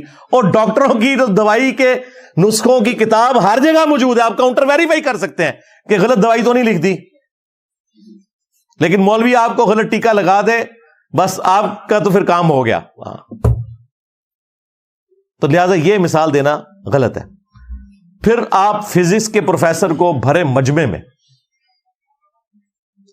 اگر غلطی اس کی نکال دیں کہ سر یہ جو آپ نے فارمولا لکھا ہے اس میں یہ چیز آپ نے مس کر دی کیونکہ کتاب میں یوں لکھا ہوا ہے, آج تک کبھی ایسا نہیں ہوگا کہ فزکس کا پروفیسر آپ کو آگے سے کتے کی طرح پڑ جائے. وہ آپ سے کہے گا بیٹا تھینک یو, اور مولوی کیا کہے گا, پھینک دیو. آپ چیک کر لیں, آپ کسی فرقے کے خلاف بات کر کے دیکھیں کہ سر یہ جو آپ نے کیا ہے نا قرآن و سنت میں تو ایسے نہیں لکھا ہوا, تو ذرا بتائیں گے کہاں لکھا ہوا ہے. آپ انہیں بتائیں کہ میں نے تو یوں پڑھا ہے, قرآن میں تو یوں لکھا ہے, حدیث میں تو یوں لکھا ہوا ہے کہ فرض نماز کے بعد آپ نے بلند آواز سے اللہ اکبر پڑھنا ہے, بخاری مسلم میں آیا. یہ جو آپ اونچی آواز سے کلمہ پڑھتے جا رہے ہیں اور رکنے کا نام نہیں لے رہے, اتنی دیر تک اونچی آواز سے پڑھ رہے ہیں کہ پیچھے جن کی رکعت رہ چکی ہے وہ تکلیف کا شکار ہیں, یہ کہاں لکھا ہوا ہے؟ دا ٹائم کیا پتا تک سے دسو کتنے لکھے جائے. وہ آپ کو حوالہ نہیں دیں گے, وہ پھینک دی ہوئی کہیں گے. 2-4 ساتھ رکھے ہوتے ہیں, وہ کہتے ہیں آپ کو مفتی صاحب سے بات کرنے کی تمیز نہیں ہے. یہ جملہ تو کسی بھی وقت داغا جا سکتا ہے کہ آپ کو بات کرنے کی تمیز نہیں ہے. تو مثالیں یہ پروفیسرز کی دیتے ہیں, تمہارے اندر تو وہ حوصلہ نہیں ہے جو ایک فزکس کے پروفیسر کے اندر ہے, ایک کیمسٹری کے پروفیسر کے اندر ہے. اور دیکھیں کتنا حوصلہ ہے ان پروفیسرز کا. آج تک آپ نے کبھی سنا ہے کہ کوئی عالم دین یا کوئی مذہبی پیشوا, کسی بھی مذہب سے تعلق رکھنے والا, کبھی بھی سائنس کے اوپر ڈسکشن کر رہا ہو اور صحیح بات کر رہا ہو تو کوئی سائنٹسٹ اعتراض کرے کہ جی اس کے پاس تو ڈگری نہیں ہے, یہ کیسے بات کر سکتا ہے؟ عام عالم دین سے بھی کوئی پوچھے, اگر اسے تھوڑا سا سائنس کا نالج ہے, ڈگری بے شک نہیں ہے, کہ چاند گرہن کیوں لگتا ہے, تو بتائے گا آپ کو کہ جب زمین سورج اور چاند کے درمیان آ جاتی ہے تو سورج کی روشنی چاند تک مکمل طور پر پہنچ نہیں سکتی, اس کی وجہ سے چاند کو گرہن لگ جاتا ہے. اسی طریقے سے جب چاند سورج اور زمین کے درمیان آ جاتا ہے تو سورج کو گرہن لگ جاتا ہے کیونکہ وہ روشنی پوری پہنچ نہیں پاتی. کبھی نہیں ہوگا کہ آپ کو کوئی اسٹرانومر یا کوئی سائنٹسٹ یا فزکس کی فیلڈ کا بندہ آگے سے یہ کہنا شروع کر دے کہ سرکار آپ کے پاس تو ڈگری نہیں ہے, آپ کہاں سے آئے چاند گرہن اور سورج گرہن کو بریف کرنے والے. تو آپ میں اتنا حوصلہ بھی نہیں ہے جتنا ایک سائنس کے اسٹوڈنٹ کے اندر یا سائنس کے ٹیچر کے اندر حوصلہ ہے, کیڑے جتنا دل ہے. اور مثالیں ان کی دیتے ہیں, بالکل غلط بات. اور ایک اور مثال سنیں, آپ نے اپنے گھر میں ایئر کنڈیشن لگوانا ہو اور کسی ایئر کنڈیشن فٹ کرنے والے کو بلائیں اور وہ انٹرنل یونٹ کو ہلکا سا ٹیڑھا لگا رہا ہو. کئی تو ایسے ہیں کہ وہ اوپر لیول رکھ کے بھی ٹیڑھا لگا دیتے ہیں ہمارے جاننے والوں میں, اور آپ اسے کہیں کہ بھائی یہ اس کو چھوڑ, تو نیچے اتر کے دیکھ یہ نظر آ رہا ہے کہ ٹیڑھا ہے. آگے سے وہ یہ کہے کہ جی آپ کے پاس ڈگری نہیں ہے, یہ تو میرا کام ہے. کبھی ایسا ہوا ہے؟ اور اگر کہے گا تو وہ مولوی بھی اسے کہے گا یار میں انا تھے نا. تو مولوی اسی انے ہے, سانو نہیں نظر آ رہا کہ قرآن کے لکھے ہے, بخاری مسلم کے لکھے ہوا ہے, تو اسی انے ہو, اسی تے انے نہیں ہیں. تو آپ وہ سیدھا کرواتے ہیں, وہ بغیر ڈگری کے بھی سیدھا کرواتے ہیں کیونکہ کامن سینس ہے. میرے ساتھ تو عموماً ایسا ہوتا ہے کہ کبھی موٹر بائک پنکچر ہو گئی, میں جب پنکچر لگوانے کے لیے جاتا ہوں تو بڑا وہمی بنتا ہوں. میں کہتا ہوں بھائی یہ آپ نے جب چیک کرنا ہے پھر ٹائر میں بھی ہاتھ ڈال کے چیک کرنا ہے کہ کوئی کیل نہ لگی ہوئی رہ جائے, کیونکہ اگر وہ کیل آپ نے نہ نکالی تو پھر دوبارہ پنکچر ہو جائے گا. اور آگے سے وہ کہے کہ جی میرا کام ہے تو اپنا کام کر. ہاں, تو وہ پھر اپنی دکان چلا بیٹھا پنکچر لگانے والا. پنکچر لگانے والا جو اس فیلڈ کا ماہر ہے, یعنی وہ پنکچر لگانے کا مفتی اعظم ہے, وہ ایک عام کسٹمر کو بھی کبھی بدتمیزی سے پیش نہیں آتا. اسے پتا ہے کہ بھائی وہ پیسے دے رہا ہے مجھے, تم لوگوں کو بھی ہم نے پیسے دے کے رکھا ہوا ہے, دین غلط بتا رہے ہو, اور جب کوئی بتاتا ہے اس کے ساتھ تم کاٹنے کو دوڑتے ہو. یہ کام تو پنکچر لگانے والا بھی نہیں کرتا. وہ نہیں کبھی کہتا کہ جی ڈگری لے کے آؤ.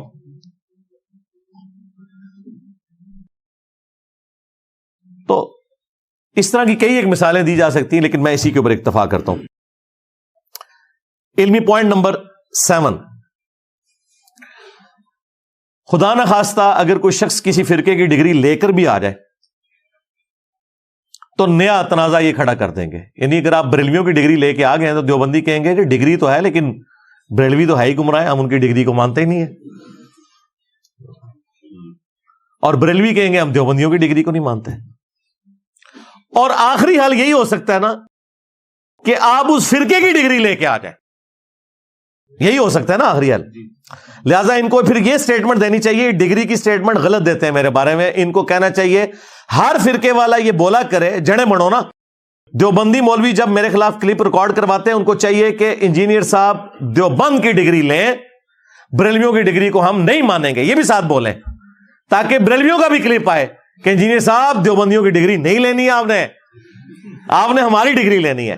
تو ہم ایک دوسرے کے کلپ ایک دوسرے کو دکھائیں اور بتائیں کہ دیکھیں ہمیں ڈگری کی ضرورت ہی کوئی نہیں ہے. کیوں؟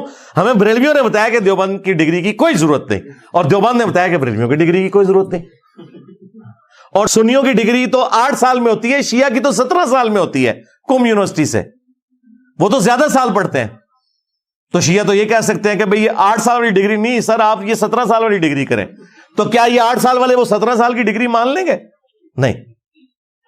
حتیٰ کہ آپ کسی فرقے کی اپنی ڈگری بھی لے کے آ جائیں اور آپ اس ڈگری کے ہوتے ہوئے یہ بات کریں کہ دیکھیں میں آپ کے فرقے کا بندہ ہوں لیکن یہ بات جو ہے نا ہمارے فرقے کی غلط ہے، تو پتہ ہے کیا کہیں گے؟ نہیں ڈگری تو ہمارے فرقے کی تھی لیکن بعد میں نا گمراہ ہو گیا، لو جی ڈگری بھی ختم ہو گئی. مولانا طارق جمیل صاحب کے پاس دیوبند کی ڈگری ہے نا، رائے ونڈ کی، ایک حدیث انہوں نے بیان کی من کنت مولا فہذا علی مولا. تو ان کے خلاف ان کے اپنے فرقوں کے مولویوں کے کلپ آئے، بلکہ مجھے طارق جمیل صاحب نے خود مجھے فون پہ بتایا کہ مجھے قتل کی دھمکیاں بھی ملی اس بات کے اوپر کہ تم نے اہل البیت کا دفاع کیوں کیا. تو وہ کہتے ہیں میں نے کہا کہ یہ تمہاری کتابوں میں لکھا ہے. انہوں نے کہا ہماری کتابوں میں بے شک لکھا ہو، اقرار کرنا کوئی ضروری تھا؟ اندازہ کریں. تو یہ لوگ دین کی خدمت کر رہے ہیں؟ نہیں جناب، اپنے فرقے کی خدمت کر رہے ہیں. تو یہ ٹوٹل ان کی ڈگری کی اوقات ہے. علمی پوائنٹ نمبر 8، وہ کہتے ہیں جی قرآن میں آیت ہے فَاسْأَلُوا أَهْلَ الذِّكْرِ إِن كُنتُمْ لَا تَعْلَمُونَ، اگر تمہیں علم نہ ہو تو تم اہل ذکر سے جو اس فیلڈ کے ایکسپرٹ ہیں ان سے پوچھ لیا کرو. بالکل ہم مانتے ہیں اس بات کو، لیکن فیلڈ کے ایکسپرٹ سے ہم یہ نہیں پوچھیں گے کہ سر آپ کی کیا رائے ہے. فیلڈ کے ایکسپرٹ سے پوچھیں گے کہ بتائیں اس فیلڈ میں اس وقت جو سائنس ترقی کر گئی ہے وہ کیا کہتی ہے.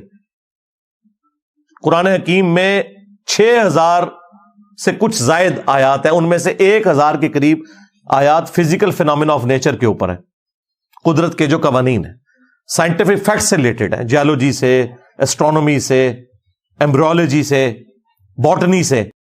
اس کے لیے ظاہر ہے ہم نے مفتی تقی عثمانی صاحب سے یا مفتی منیب صاحب سے تو نہیں پوچھنا، ان کو تو شاید جیولوجی کے سپیلنگ بھی نہ صحیح آتے ہوں.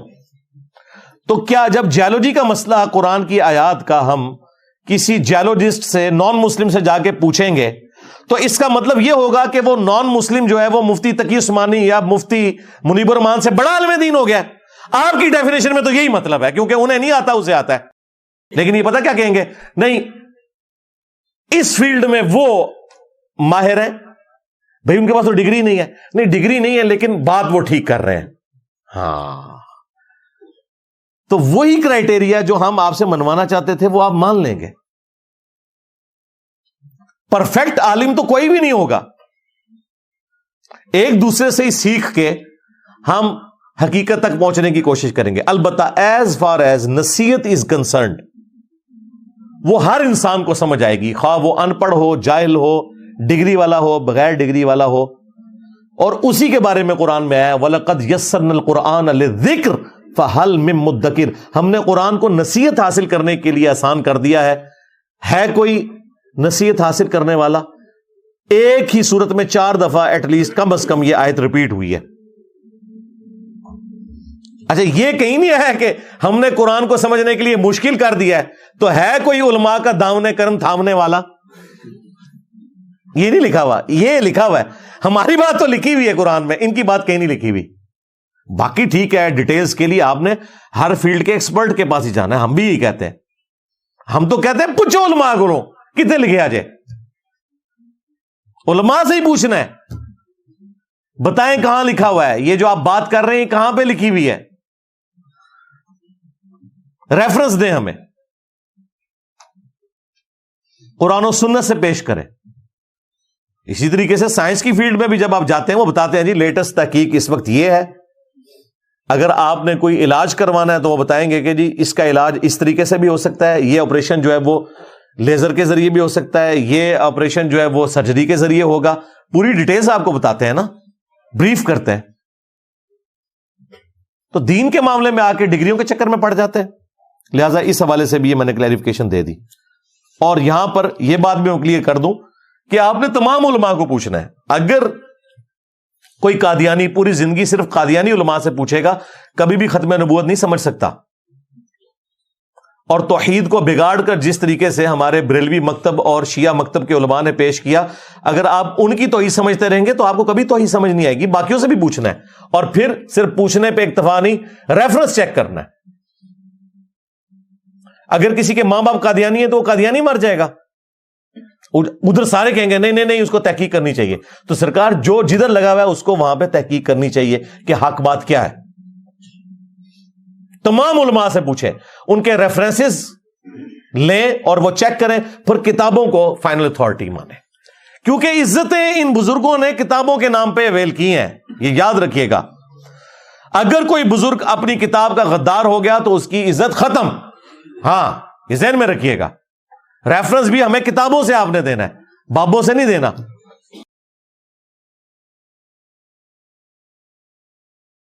علمی پوائنٹ نمبر 9، اور وہ اکثر لوگ یہ بات کہتے ہوئے نظر آتے ہیں کہ انجینئر صاحب لاجیکلی تو آپ کی باتیں بالکل درست ہیں، لیکن کوئی قرآن و سنت سے ڈائریکٹ ہمیں دلیل دیں کہ جہاں پہ یہ حکم آیا ہو کہ آپ نے صرف کتابوں کو ہی فالو کرنا ہے، بزرگوں کو چھوڑ دینا ہے. کیونکہ دیکھیں کتابیں بھی تو بزرگوں نے لکھی ہوئی ہیں.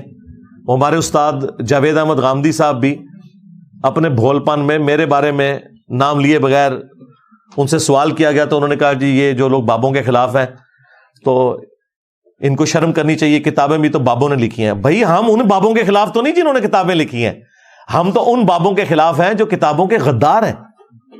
اگر ہم ان بابوں کے خلاف ہوتے تو ہم ان کی کتابوں کو یوں اپنے ٹیبل کے اوپر سجاتے.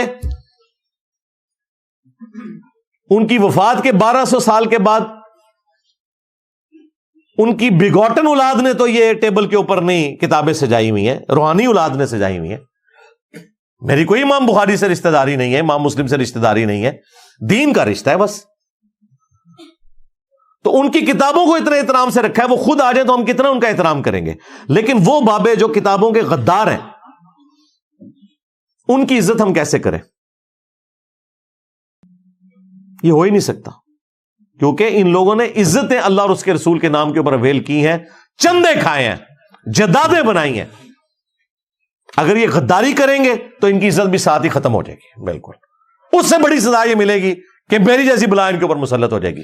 میرے نبی سا ہے ہی کوئی نہیں، تیرے بابے تھے شاہ ہی کوئی نہیں. وچوں ایک چکن گے ایک جملہ کہیں گے دیکھو انجینئر صاحب کتنے غصے میں بات کر رہے ہیں. اس طرح کے جملے قرآن سے بھی میں اللہ تعالیٰ کے اٹھاؤں نا تو اللہ تعالیٰ کی کوئی ڈفرنٹ پکچر ہی آپ کو نظر آئے گی، اور نبی الاسلام کی زندگی میں بھی اٹھاؤں تو ڈفرنٹ پکچر نظر آئے گی. ایک پورے کانٹیکسٹ میں بات ہو رہی ہے، کوئی مثال بیان ہو رہی ہے، کوئی مزاح میں بات ہو رہی ہے، کوئی اگریسو سٹائل میں ہو رہی ہے. یہ ساری چیزیں جمع کر کے پوری ڈاکٹرن سامنے رکھی جاتی ہے. پک اینڈ چوز نہیں آپ نے کرنا ہوتا. تو یہ کہنا کہ جی لاجیکلی ڈائریکٹلی دکھائیں تو یہ مسلمان کو تو ویسے ڈیمانڈ نہیں کرنی چاہیے. وہ مسلمان جس کے پیغمبر نے حجۃ الوداع پہ فرمایا اپنے بعد 2 چیزیں چھوڑ کے جا رہا ہوں، اللہ کی کتاب اور اس کے نبی کی سنت، جسے مضبوطی سے پکڑ لوگے کبھی گمراہ نہیں ہوگے. وہ ہم سے پوچھ رہے ہیں کہ جی کہاں لکھا ہوا ہے؟ وہاں کیوں نہیں نبی الاسلام نے ذکر کر دیا کہ بابے پکڑ لینا؟ اور نبی الاسلام کے پاس تو وہ بابے تھے جو چھوڑے بھی جا سکتے تھے، ابو بکر، عمر، عثمان و علی رضی اللہ عنہم اجمعین وعلیہم السلام اجمعین. ان کی پیروی کا حکم آیا لیکن وہ اور کانٹیکسٹ میں ہے. علیکم بسنتی وسنت الخلفاء الراشدین المہدیین. وہ اس کانٹیکسٹ میں ہے کہ پولیٹیکل ڈیسیژنز کو آپ نے فالو کرنا ہے, اور وہ بھی جو قرآن و سنت کے مطابق ہے. لیکن نبی علیہ السلام کہہ رہے ہیں کتاب و سنت. اس کے پیچھے ریزن یہ ہے کہ نبی علیہ السلام کی وفات کے آلموسٹ 2.25 سال کے بعد حضرت ابوبکر بھی فوت ہو گئے. آلموسٹ 11 سال کے بعد سیدنا عمر بھی شہید ہو گئے. 25 سال کے بعد سیدنا عثمان شہید ہو گئے. 30 سال کے بعد حضرت علی شہید ہو گئے. اور آلموسٹ 100 سال کے بعد آخری صحابی ابو طفیل عامر بن واثلہ رضی اللہ تعالیٰ عنہ المتوفا 110 ہجری, وہ بھی دنیا سے چلے گئے. آج آخری صحابی کو گئے ہوئے بھی آلموسٹ 1350 سال ہو چکے ہیں. لیکن قرآن اور سنت زندہ ہے. اس لیے نبی علیہ السلام نے کہا قرآن و سنت کو پکڑنا. پھر غدیر خم پہ فرمایا قرآن اور میرے اہل البیت. قرآن کو پکڑ لینا, اس میں ہدایت ہے, نور ہے, یہ اللہ کی رسی ہے, جو اسے پکڑے گا ہدایت پہ ہوگا, جو چھوڑ دے گا گمراہ ہو جائے گا. اور دوسری بھاری چیز میرے اہل البیت ہیں. میں اپنے اہل البیت کے معاملے میں تمہیں اللہ کا خوف دلاتا ہوں, یعنی میری وفات کے بعد ان کے ساتھ حسن سلوک کرنا. 3 بار آپ نے یہ جملہ بولا صلی اللہ علیہ وآلہ وسلم. لیکن امت بالکل الٹ چلی, نہ قرآن کو پکڑا نہ اہل البیت کو زندہ چھوڑا, بالکل الٹ چلی امت. تو لکھا ہوا ہے, پھر بھی نہ سمجھ آئے تو سورہ التوبہ کی آیت نمبر 31, اتخذوا احبارہم ورہبانہم اربابا من دون اللہ. یہود و نصارہ نے اپنے علماء کو اور اپنے بزرگوں کو, احبار یعنی وہ عالم جو علم کی گہرائی میں ہو, رہبان راہب صوفی جوگی, ان کو رب مان لیا تھا اللہ کے مقابلے پر. اس آیت کے کانٹیکسٹ میں جامعہ ترمذی میں ایک حدیث ہے, شیخ البانی سلسلہ احادیث صحیحہ میں اسے لے کے آئے ہیں. عدی ابن حاتم مشہور فیاض جو حاتم تائی تھے, ان کے بیٹے مسلمان ہوئے. کہتے ہیں میں نے نبی علیہ السلام سے عرض کی کہ اللہ کی کتاب میں ایک آیت ہے جو مجھے کھٹکتی ہے. نبی علیہ السلام نے کہا کون سی؟ کہا اتخذوا احبارہم ورہبانہم اربابا من دون اللہ. یا رسول اللہ, ہم نے تو کبھی بھی اپنے علماء اور اپنے بزرگوں کی پرستش نہیں کی تھی. نبی علیہ السلام نے فرمایا مجھے بتاؤ, جب تمہارے علماء اور یہ جوگی اور صوفی لوگ کسی اللہ کی حلال کردہ چیز کو حرام اور حرام کردہ چیز کو حلال بتاتے تھے تو کیا تم ان کے فتووں کو مان نہیں لیتے تھے؟ ان کا یا رسول اللہ ایسے ہی تھا. فرمایا یہی تو ان کو رب بنانا ہے. یعنی نبی علیہ السلام کہہ رہے تھے عدی ابن حاتم تم نے کر لینا تھا غور, کتابوں کا دین اور ہے, بابوں کا دین اور. آگے سے عدی ابن حاتم نے یہ نہیں عرض کی کہ یا رسول اللہ میں تو جاہل تھا, یہ تو علماء کا کام ہے, ہمیں علماء سے ہی پوچھ کے چلنا چاہیے. اب نبی علیہ السلام تو کہہ رہے ہیں علماء سے نہیں پوچھنا, کتابوں کو دیکھنا ہے, ان علماء سے پوچھنا ہے جو کتابوں کے مطابق فیصلہ کریں. اس کا مطلب ہے کہ ہر انسان نے علماء سے پوچھنے کے بعد کتابوں سے ویریفائی کرنا ہے. ورنہ تو نبی علیہ السلام کو یہ کہنے کی کیا ضرورت تھی کہ تم نے اپنے علماء کو رب مان لیا تھا. مراد یہ کہ اپنے جو علماء ہیں نا, جب وہ بات کرتے تھے تو چیک نہیں تھے کرتے کہ کتابوں میں کیا لکھا ہوا ہے, انبیاء کی وحی میں کیا لکھا ہوا ہے. اور یہی ہم بھی عرض کر رہے ہیں کہ مرنے سے پہلے اے مسلمان کر لے اس پہ غور. کتابوں کا خدا اور ہے, بابوں کا خدا اور. کتابوں کا پیغمبر اور ہے, بابوں کا پیغمبر اور. کتابوں کا دین اور ہے, بابوں کا دین اور. اگرچہ بابے بھی اسی خدا رسول پیغمبر اور کتابوں کے ماننے والے تھے, لیکن ان کوالٹیز کے ساتھ نہیں جو قرآن و سنت میں آئی ہیں. انہوں نے اپنی خرافات کو دین کا نام دے دیا. حتیٰ کہ نبی صلی اللہ علیہ وآلہ وسلم کو جب اللہ تعالیٰ نے کفار کے ساتھ بحث کرنے کے حوالے سے ایجوکیٹ کیا تو سورۃ الاحقاف میں فرمایا کہ ان کافروں سے کہو ایتونی بکتاب من قبل ھذا او اثارۃ من علم ان کنتم صادقین. اے نبی ان سے فرماؤ اگر قرآن کو نہیں مانتے نا تو اس کتاب سے پہلے جتنی الہامی کتابیں نازل ہوئی ہیں نا وہ لے آؤ, یا انبیاء کے آثار یعنی سنت, اس کا ریٹن ریکارڈ حدیث. کہتے ہیں حدیث کا ذکر کدھر ہے؟ قرآن میں موجود ہے. اگر تم سچے ہو, یعنی اگر تم اپنے دلائل میں سچے ہو, اس قرآن کو نہیں مانتے, تو اپنی الہامی کتابیں اور انبیاء کے آثار سنت لے آؤ. بتاؤ اس میں کہاں لکھا ہوا ہے کہ اللہ کے ساتھ کسی کو شریک ٹھہرایا جا سکتا ہے؟ نبی علیہ السلام کو اللہ تعالیٰ یہ سکھا رہا ہے کہ کتابوں سے بات کرنی ہے. اور میرا یہ دعویٰ ہے کہ ایز فار ایز توحید از کنسرنڈ, دنیا کے جتنے بھی ریلیجن ہیں, جیوز ہوں, کرسچنز ہوں, ہندو ہوں, مسلمان ہوں, سکھ ہوں, کوئی بھی ہو, کتابیں ایک خدا کی بات کرتی ہیں, اور وہ خدا ہے جیلس گاڈ ہے, اپنے ساتھ کسی کو شریک نہیں ٹھہراتا، کسی پیغمبر کو، کسی فرشتے کو، کسی بزرگ کو نہیں۔ ہاں پریکٹیکلی دیکھ لیں، سارے فرقوں کے، سارے مذاہب کے ماننے والے لوگ مرے ہوئے لوگوں کو قبروں پہ جا کے پکار رہے ہیں اور ان سے نظر نیاز کر رہے ہیں بجائے اللہ سے مانگنے کے۔ تو کتابوں کا دین جو ہے وہ آپ نے فالو کرنا ہے، صرف ان بابوں کو ماننا ہے جو کتابوں کو مانتے ہیں۔ تو یہ جو الزام بار بار میرے اوپر لگتا نہیں، کتابوں کی بات کرتا ہے تو بابوں کی بے حرمتی کرتا ہے، یہ کتابیں بھی بابوں نے لکھی ہیں۔ او سرکار جدہ لوکی کلمہ پڑھ دے او محمد اور تے میاں محمد بخش اور ہیں وہ تواڈے بابے اور بخاری مسلم اور یہ تو سارے وفادار ہیں اپنے پیغمبر کے، تمہارے بابے وہ ہیں جنہوں نے غداریاں کی ہیں۔ تو اس طرح تو نہ کرو کہ دونوں چیزوں کو مکس کر کے پبلک کو دھوکہ دینے کی کوشش کرو۔ آخری علمی پوائنٹ نمبر 10، وہ کہتے ہیں جی باتیں آپ کی ساری بالکل درست ہیں، لیکن بس ہمیں ایک خطرہ ہوتا ہے کہ ڈائریکٹ اگر قرآن و حدیث کوئی پڑھے نا تو گمراہ بھی ہو سکتا ہے۔ توبہ توبہ توبہ، ہزاروں کرسچنز ہر سال قرآن کا ترجمہ انگریزی میں پڑھ کے مسلمان ہو جائیں، اللہ کے ساتھ دشمنی پہ رکھا ہوا عقیدہ کہ ایک انسان کو انہوں نے خدا بنا لیا، عیسیٰ ابن مریم کو علیہ السلام، اللہ تعالیٰ ان کو بھی ہدایت دے دے۔ جو آپ کے پروفٹ کو دجال مانتے ہوئے قرآن کو پڑھیں، اللہ تعالیٰ انہیں بھی ہدایت دے دے، اور جو اپنے پروفٹ کے لیے جان دینے کے لیے تیار ہیں وہ قرآن و حدیث ڈائریکٹ پڑھیں، وہ گمراہ ہو جائیں۔ واہ واہ واہ واہ سرکار، یہ تو آج تک غداری کبھی فزکس کے پروفیسر نے نہیں کی ہے کہ تھیوری آف ریلیٹیوٹی نہ ڈائریکٹ پڑھنا گمراہ ہو جاؤ گے۔ تم لوگ غداری کر رہے ہو اپنے دین کے ساتھ۔ یہ کوئی نان مسلم آ کے بات کرے تو یہ کہیں ہم اس کی زبان کھینچ لیں، اور اپنے مفتی جمعے کے خطبے میں کہیں کہ قرآن حدیث ڈائریکٹ نہیں پڑھنا گمراہ ہو جاؤ گے، کہتے ہیں سبحان اللہ، بجائے لعنت اللہ علی الکاذبین کہنے کے لعنت اللہ علی الکاذبین سبحان اللہ پڑھتے ہیں۔ تو غداری کر رہے ہیں نا یہ لوگ۔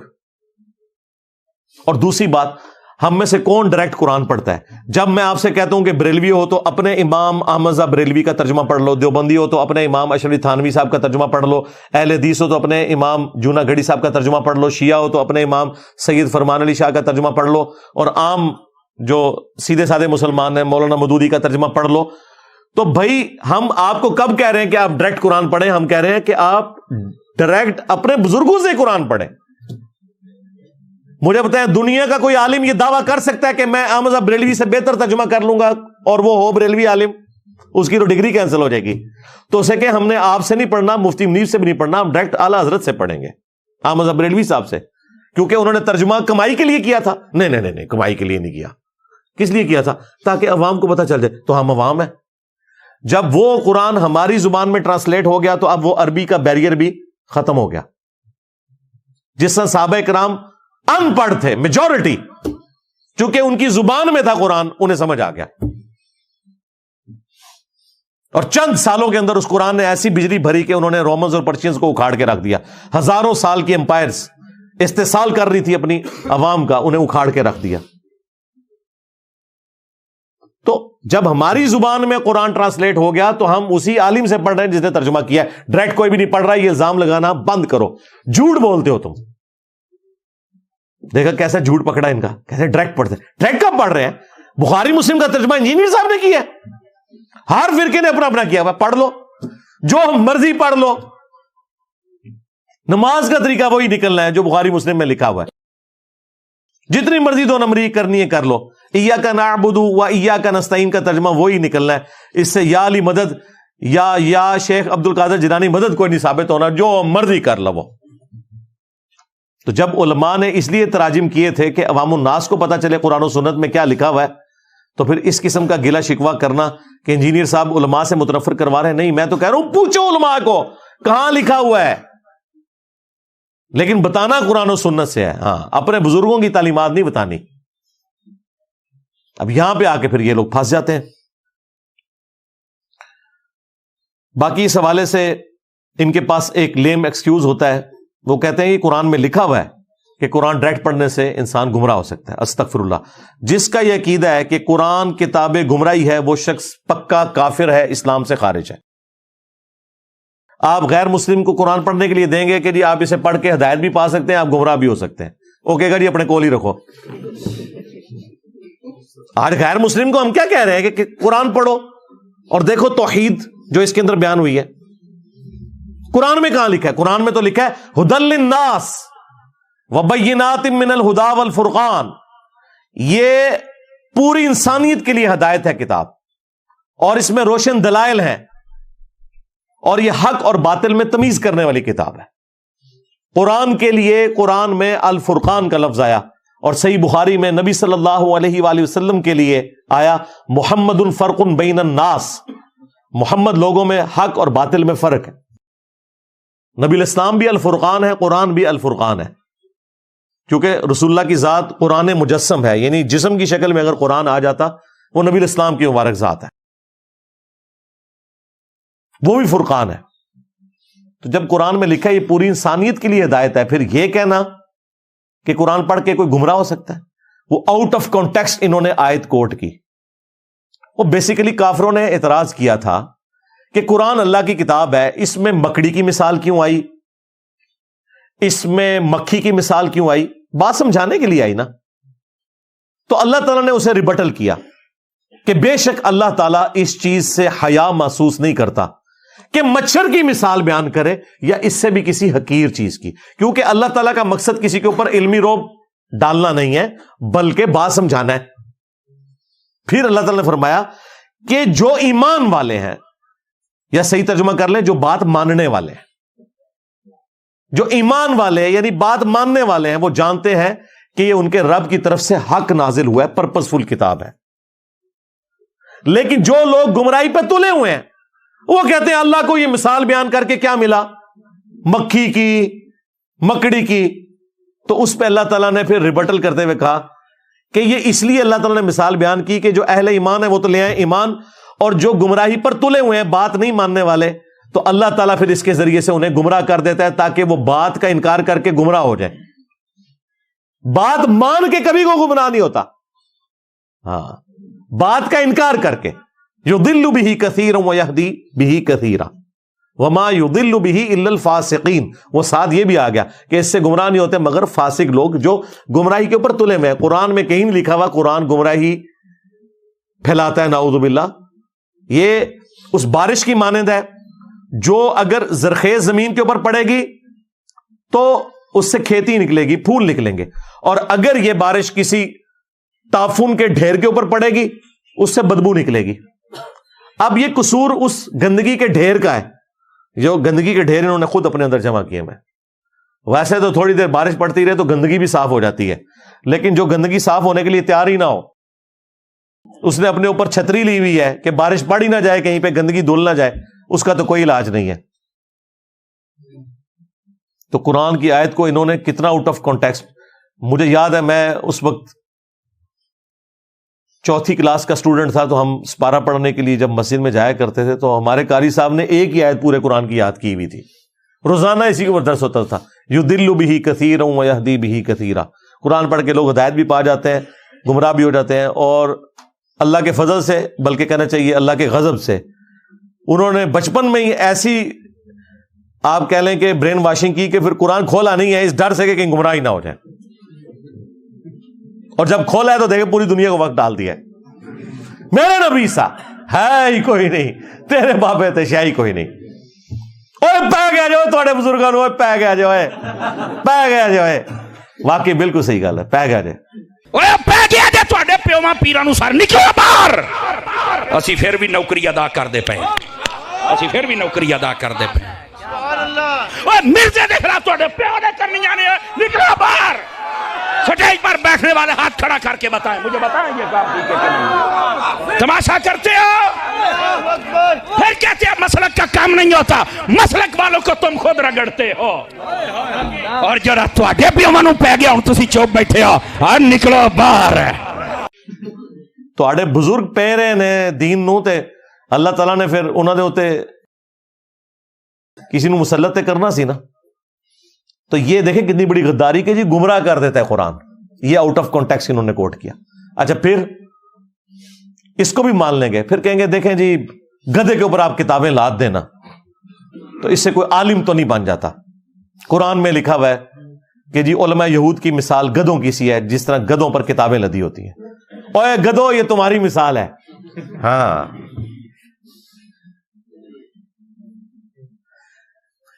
اس سے آپ نے یہ کیسے سمجھ لیا جو قرآن پڑھے گا وہ گدھا ہے؟ اللہ تعالیٰ کہہ رہا ہے کہ جس کے شوکیس میں قرآن، بخاری، مسلم رکھے ہوئے ہیں، اگر وہ شوکیس میں ہی رہنے دے اور اسے نہ پڑھے تو وہ گدھے کی مثال ہے. جس طرح گدھے کے اوپر آپ کتاب لاد دیں، وہ اس کتاب سے استفادہ نہیں کر سکتا، صرف بوجھ اٹھاتا ہے. ان کے شوکیسوں نے بوجھ اٹھائے ہوئے کتابوں کے، پڑھتے نہیں ہیں. اسی کتاب سے آپ کو نماز کا طریقہ نہیں بتا سکتے بخاری مسلم سے، کیونکہ یہ حنفی ہیں، اس کے خلاف نکلے گا. تو یہ تمہاری مثال بیان ہوئی بھی ہے کہ جس طرح علماء یہود نے صرف اسرائیلی کتابوں کا بوجھ اٹھایا ہوا تھا، ان کتابوں کو پڑھ کے انہوں نے پیغمبر آخر الزمان کو نہیں پہچانا صلی اللہ علیہ وآلہ وسلم، اور سب سے پہلے کافر ہو گئے اس پیغمبر کے. تو یہ علماء بھی انہی علماء یہود کی مانند ہے کہ کتابیں تو شوکیسوں میں رکھی ہیں، استفادہ نہیں کر سکے. سمجھ رہے ہیں نا میری بات؟ ہاں. تو یہ گدھوں کی مثال ان کی بیان ہوئی ہے.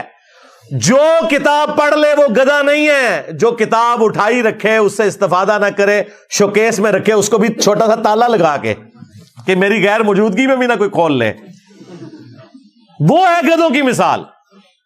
یعنی کہ آپ لوگ بزرگان دین انورٹڈ کاماس کے اندر، اور یہ گدھے کی مثال صحیح بخاری اور مسلم میں نبی الاسلام نے اپنی امت کے علماء سو کے لیے بیان بھی کی ہے کہ میں نے اپنی امت کے وائزین کو جہنم میں انتڑیوں کے ساتھ، یعنی یہ جو انتڑیاں انسان کے اندر ہوتی ہیں نا، ان کے ساتھ کولو کے گدے کی طرح چکر کاٹتے ہوئے دیکھا ہے. اگلے زمانوں میں یہ گندم کو ان کے سٹوں سے دانوں کو الگ کرنے کے لیے نا اس کے اوپر گدے چلائے جاتے تھے، کہیں پہ بیل چلائے جاتے تھے.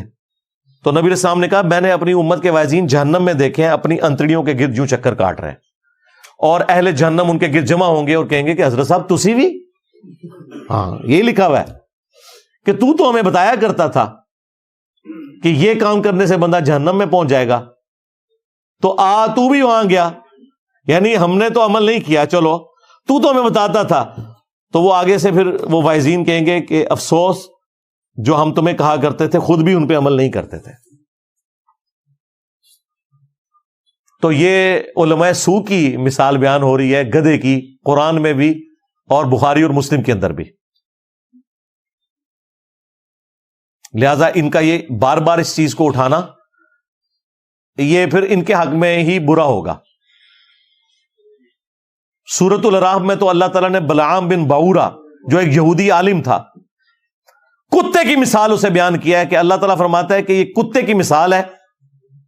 جیسے کتا ہر وقت زبان ہانپتا رہتا ہے، خواہ اس پہ بوجھ ڈالیں یا نہ ڈالیں، اس کی رال ٹپکتی رہتی ہے، یعنی وہ دنیا میں گھر جاتا ہے. ایک یہودی عالم تھا بلعام بن باورا. بلعام بن باورا بھی ہے، بلعام بن باورا بھی ہے، دونوں پروننسیشن اس کے لیے آتی ہیں. المستدرک للحاکم میں ابن مسعود کا قول موجود ہے ایک یہودی عالم کے بارے میں. وہ بھی عورت کے چکر میں پھنس گیا تھا، چاچیوں کے چکر میں، جیسا علماء بھی چاچیوں کے چکر میں پڑ جاتے ہیں. تو وہ اللہ تعالیٰ ہمارا یہ کتے کی مثال ہے.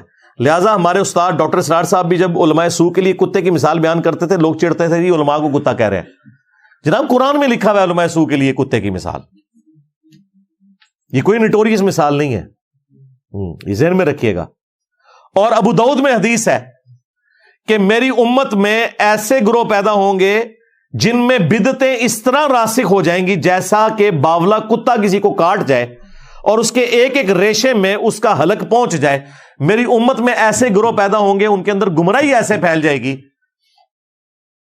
کہ ان کے ایک ایک ریشے تک وہ بدعت پہنچ جائے گی.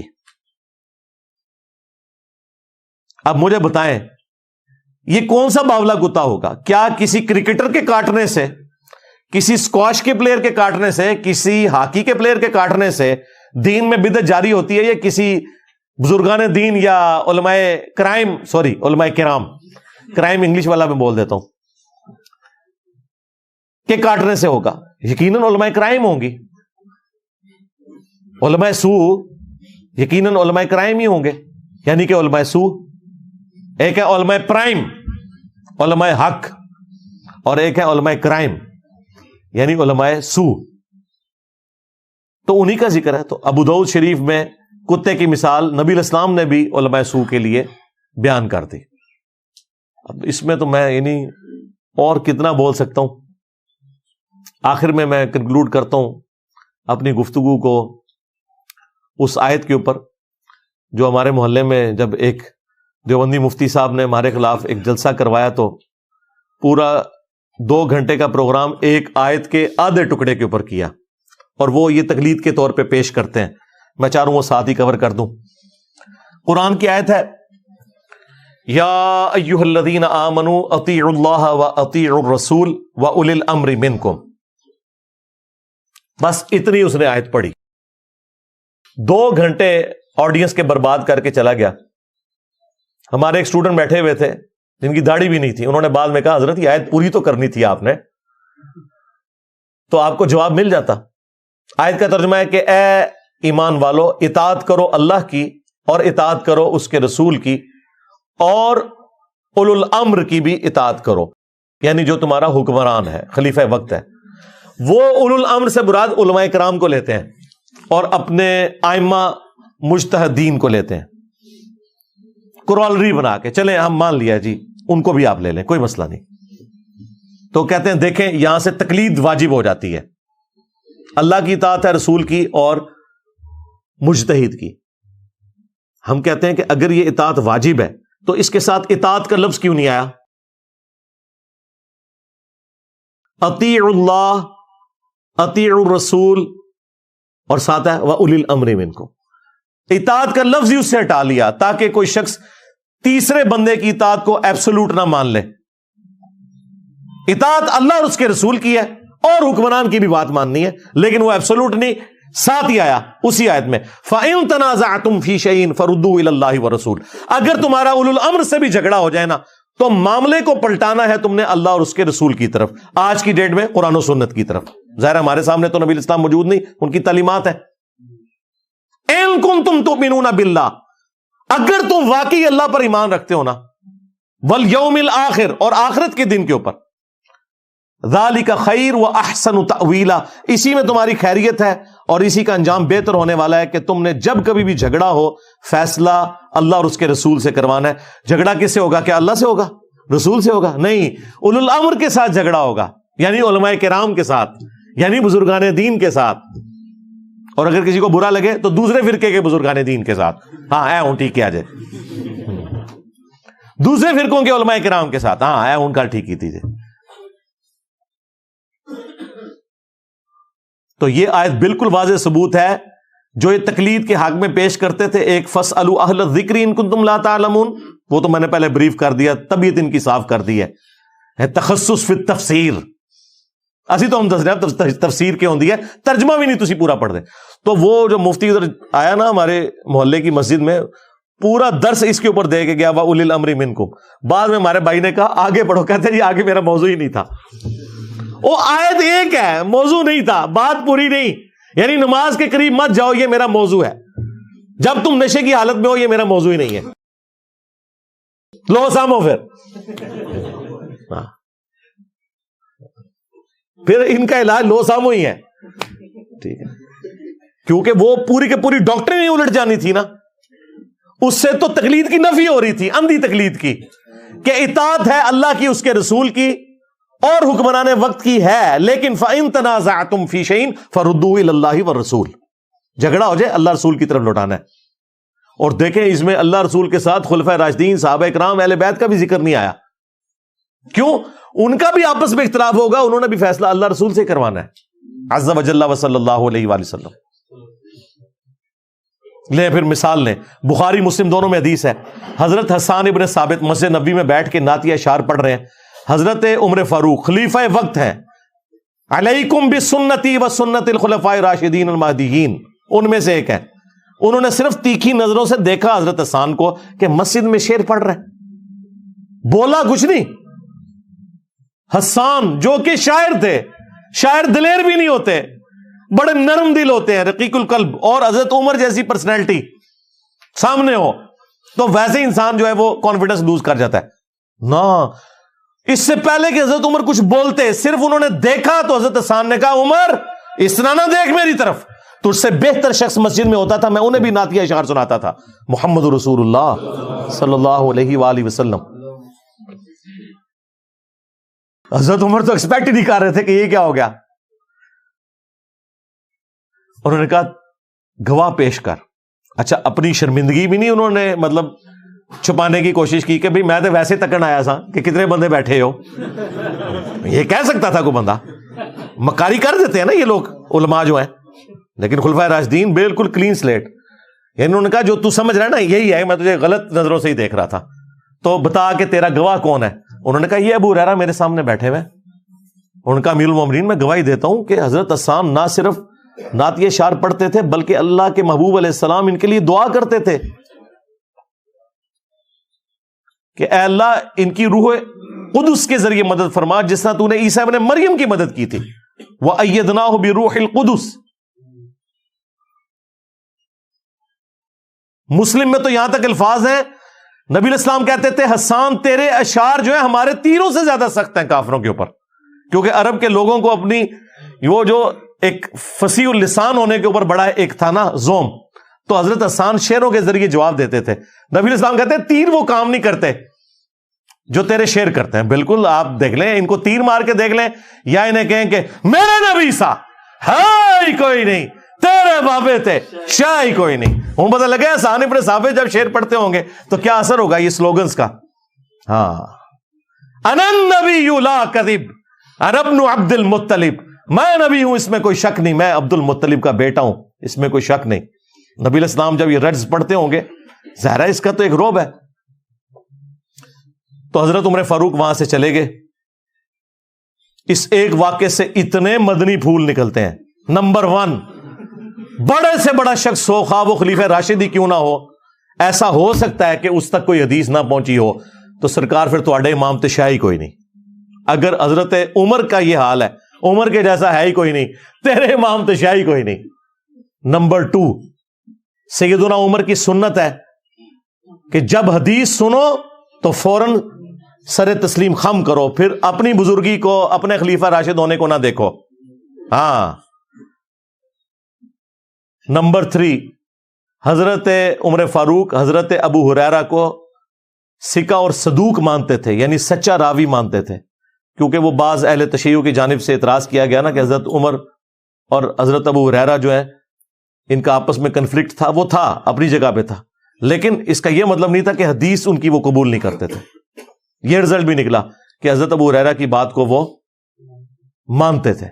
اور چوتھا رزلٹ یہ نکلا کہ حسان ابن ثابت جیسا شاعر نرم دل بندے کیوں نہ ہو، وہ یہ نہ دیکھے اس کے سامنے کون ہے، بالکل دلیری کے ساتھ قرآن و سنت بیان کرے. بخاری اور مسلم دونوں کے اندر حدیث موجود ہے، نبی علیہ السلام نے ایک انصاری صحابی کو امیر بنایا. کسی سفر کے دوران ان کے نیچے جونیئر اصحاب کو ساتھ اٹیچ کیا. وہ سینئر تھے، بس سینئر تو سینئر ہوتا ہے، آپ کو پتا ہے کسی پہ غصے میں آ سکتا ہے. وہ سینئر صحابی کو راستے میں آ گیا غصہ. انہوں نے غصے میں کہا اپنے سب آرڈینیٹس کو کہ آگ کا ایک الاؤ جلاؤ. جب وہ الاؤ جل گیا بہت بڑا آگ کا، تو اس نے کہا کہ چونکہ میں تمہارا امیر ہوں، میری اطاعت رسول اللہ کی اطاعت اور رسول اللہ کی اطاعت اللہ کی اطاعت ہے، میری نافرمانی رسول اللہ کی نافرمانی اور رسول اللہ کی نافرمانی اللہ کی نافرمانی ہے عز و جل و صلی اللہ علیہ وآلہ وسلم. میں تمہیں حکم دیتا ہوں کہ اس آگ میں کود جاؤ. اب وہاں کوئی حنفی شافی مالکی حنبلی ہوتے تو کہتے ٹھیک ہے جی سرکار ہم نے تو تقلید کی ہے. وہ یہ تو اماموں کی تقلید لے کے بیٹھے ہیں، وہ صحابی تھے، انصاری صحابی اور نبی علیہ السلام کے مقرر کردہ. تمہارے امام تو اپنے بنائے ہوئے ہیں نا، وہ نبی کا بنایا ہوا امیر تھا. انہوں نے کہا کہ تیری یہ بات ہم نہیں مانیں گے، ہم آگ سے بچنے کے لیے ہی تو مسلمان ہوئے تھے، تو ہمیں دوبارہ اسی آگ میں پھینک رہا ہے. واپسی پہ جب نبی علیہ السلام کو شکایت کی گئی، آپ نے فرمایا اگر تم اپنے امیر کی بات مان لیتے تو سیدھے جہنم کی آگ میں جا کے نکلتے. اللہ اکبر. اور پھر نبی علیہ السلام نے فرمایا کہ مخلوق کی اطاعت صرف معروف میں ہے، منکر میں نہیں. اللہ کی نافرمانی میں مخلوق کی اطاعت نہیں ہے. اسی پہ میں نے عرض کیا تھا نا کہ جو ماں باپ اپنے بچوں کو اللہ کے راستے پہ چلنے سے روکتے ہیں تو ان کو بتایا کریں کہ اتھارٹی اللہ اور اس کے رسول کی ذات ہے. اگر آپ ان کے مقابلے پہ آئیں گے تو ماں باپ سے بھی کہہ دیں کہ اماں ابا تجھے تو شاہی کوئی نہیں, ہاں کیونکہ نبی کے جیسا ہے ہی کوئی نہیں, تجھے بھی شاہی کوئی نہیں اگر مقابلے پہ آؤ گے. باقی احترام والا معاملہ اپنی جگہ. پھر صحیح مسلم میں وہ بڑی رکت انگیز حدیث ہے, ان کے ماموں سے ہی متعلق ہے. کہتے ہیں کہ ہمارا ماموں کہتے ہیں, جی ہمارے بھی ہیں لیکن ہم آپ کا ماموں اس لیے کہتے ہیں کہ نبی علیہ السلام کی نسبت کی وجہ سے 30 سے زیادہ ماموں بنتے ہیں امت کے. جی ہاں, آپ کی بیویوں کے سارے بھائی ماموں ہیں نا. محمد بن ابی بکر ماموں نہیں ہے جن کو دوسرے ماموں نے قتل کروایا. عبد الرحمان بن ابی بکر ماموں نہیں ہے جن کو دوسرے ماموں نے قتل کروایا. عبداللہ ابن عمر ماموں نہیں ہے جن کو ماموں پارٹی بنو امیہ نے قتل کروایا. ماموں ایک ہی ہے, اس لیے پھر ان کو کہتے ہیں نا ماموں پارٹی. ہاں, اگر یہ ماموں ماننا ہوتا تو باقیوں کے ساتھ بھی یہ لکھتے ہیں ماموں. اور یہ اس بات کا ثبوت ہے, انہیں پتا ہے کہ فضیلت کوئی نہیں ہے, بس اس طریقے سے نسبت جوڑو. اور اس نسبت کو جوڑو کہ وہ عورت تو اس وقت مسلمان ہوئی, نبی علیہ السلام کے عقد میں آئی, بلکہ اس سے پہلے ہجرت حبشہ میں بھی تھی ام حبیبہ, کہ جس ام حبیبہ کو تکلیفیں اٹھانی پڑی اسلام قبول کرنے کی وجہ سے, بعد میں اس کی رشتہ داری کو آپ اویل کر رہے ہیں. کتنا ظلم ہے کہ ان کے کافر رشتہ دار جو ان کو تکلیفیں دیتے رہے, بعد میں مسلمان ہو کے کہہ رہے ہیں کہ ہم نبی علیہ السلام کے رشتہ دار ہیں. جی اپنی عقل کا علاج کرواؤ. باقی ہم تو صحابیت کا احترام کریں گے, وہ اپنی جگہ ہے, لیکن یہ اس طریقے سے جعلی جو رشتے بنائے ہوئے ہیں نا, میں اس کی بات کر رہا ہوں. تو صحیح مسلم میں حدیث ہے, عمر بن عاص کے بیٹے ہیں عبداللہ بن عمر بن عاص, وہ بھی صحابی ہیں. عمر بن عاص بھی صحابی ہیں رضی اللہ تعالیٰ عنہ. تو عبداللہ بن عمر بن عاص خانہ کعبہ کے سائے میں بیٹھے ہوئے تھے, اتنے میں ایک شخص آیا, عبد الرحمن بن عبد رب کعبہ. وہ شخص بیٹھ گیا تو عبداللہ بن عمر بن عاص وہاں پہ اطاعت امیر کے اوپر کوئی حدیث بیان کر رہے تھے کعبے کے سائے میں بیٹھ کے. تو وہ ساری گفتگو سننے کے بعد وہ تابعی کہنے لگا کہ حضرت یہ بات آپ نے خود رسول اللہ سے سنی ہے کہ اطاعت امیر کرنی ہے, خواہ جو مرضی ہو, خواہ ناک کٹا ایک حبشی بھی تم پہ مقرر کر دیا جائے. تو انہوں نے کہا کہ ہاں ایسا ہی ہے. تو ان کا کہ اگر یہی بات ہے تو اس وقت جو ہمارے امیر ہیں, آپ کے چچا کا لڑکا جو ہمارا امیر ہے اس وقت, معاویہ ابن ابی سفیان, وہ تو ہمیں حکم دیتے ہیں کہ ہم لوگوں کو ناحق قتل کریں اور لوگوں کا مال حرام طریقے سے لوٹیں. اور قرآن میں اللہ تعالیٰ فرماتا ہے سورہ النساء کی آیت نمبر 29 کے اندر, اے ایمان والو ایک دوسرے کا مال ناحق طریقے سے ہڑپ مت کرو اور بعد میں جا کے ایک دوسرے کو ناحق قتل نہ کرو. اب آپ ہمیں بتائیں کہ ہم اللہ کی بات مانیں یا آپ کے چچا کے لڑکے معاویہ کی بات مانیں جو کہ امیر ہے, اور آپ ہمیں کہہ رہے ہیں اطاعت امیر کرنی ہے. اب اتنا بڑا چھکا ایک تابعی مار رہا ہے. تو وہ صحابی تھے, خاموش ہو گئے تھوڑی دیر, پھر سر اٹھا کے کہا کہ معاویہ کی اطاعت کرو ان کاموں میں جس میں وہ اللہ کے حکم کے مطابق چلائے, اور جہاں وہ اللہ کی نافرمانی کرے تم اس کی نافرمانی کرو. اور آندھا کے بعد انجینئر کی ساری ویڈیوز اپنے لیپ ٹاپ سے ڈیلیٹ کر دو. یہ آج کے ڈیٹ میں اس میں ایڈ کرنا ہے, کیونکہ اس طرح کی حدیثیں تو میں ہی بیان کرتا ہوں نا. اور یہ حدیثیں میں نے امام مسلم سے میں نے خود گن پوائنٹ پہ داخل کروائی تھی, جس طرح بخاری کی 2812 امام بخاری سے گن پوائنٹ پہ میں نے داخل کرائی تھی نا, تقتلہ الفئۃ الباغیہ, ٹھیک ہے نا, اہل حدیث. یہ میں جوک کے طور پہ بات کر رہا ہوں. تو یہ مسلمان کا ایٹیچیوڈ ہونا چاہیے کہ اگر حاکم وقت بھی ہے, صحابی بھی ہے, ایک تابعی بھی کہہ سکتا ہے کہ قرآن کے خلاف تو چلا رہا ہے, تو قتل نہ حق کا حکم دیتا ہے, تو حرام خوری کا حکم دیتا ہے, تیری بات نہیں مانی جائے گی. تیرا مرتبہ اپنی جگہ ٹھیک ہے, مرتبہ کا تعلق اللہ اور بندے کا ہے, مخلوق کے ساتھ کسی مرتبے کا کوئی لینا دینا نہیں بھائی. مخلوق نے تو اطاعت کرنی ہے اللہ کی اور اس کے رسول کی عز و جل و صلی اللہ علیہ وآلہ وسلم. میرا خیال ہے میں نے تو یہ آلموسٹ 2 گھنٹے اس کوشچن کے اوپر لگا دیے. ابھی بھی اس میں کئی باتیں میں اور بھی بیان کر سکتا تھا. میرا خیال ہے یہ کافی ہے خوراک اس حوالے سے. انشاءاللہ تمام مفتی کرام کو اس حوالے سے صبر آ جائے گا انشاءاللہ تعالی. صلو علی محمد وآل محمد اللہم صلی علی محمد وعلی آل محمد واصحاب محمد وازواج محمد وامت محمد اجمعین الی یوم الدین آمین.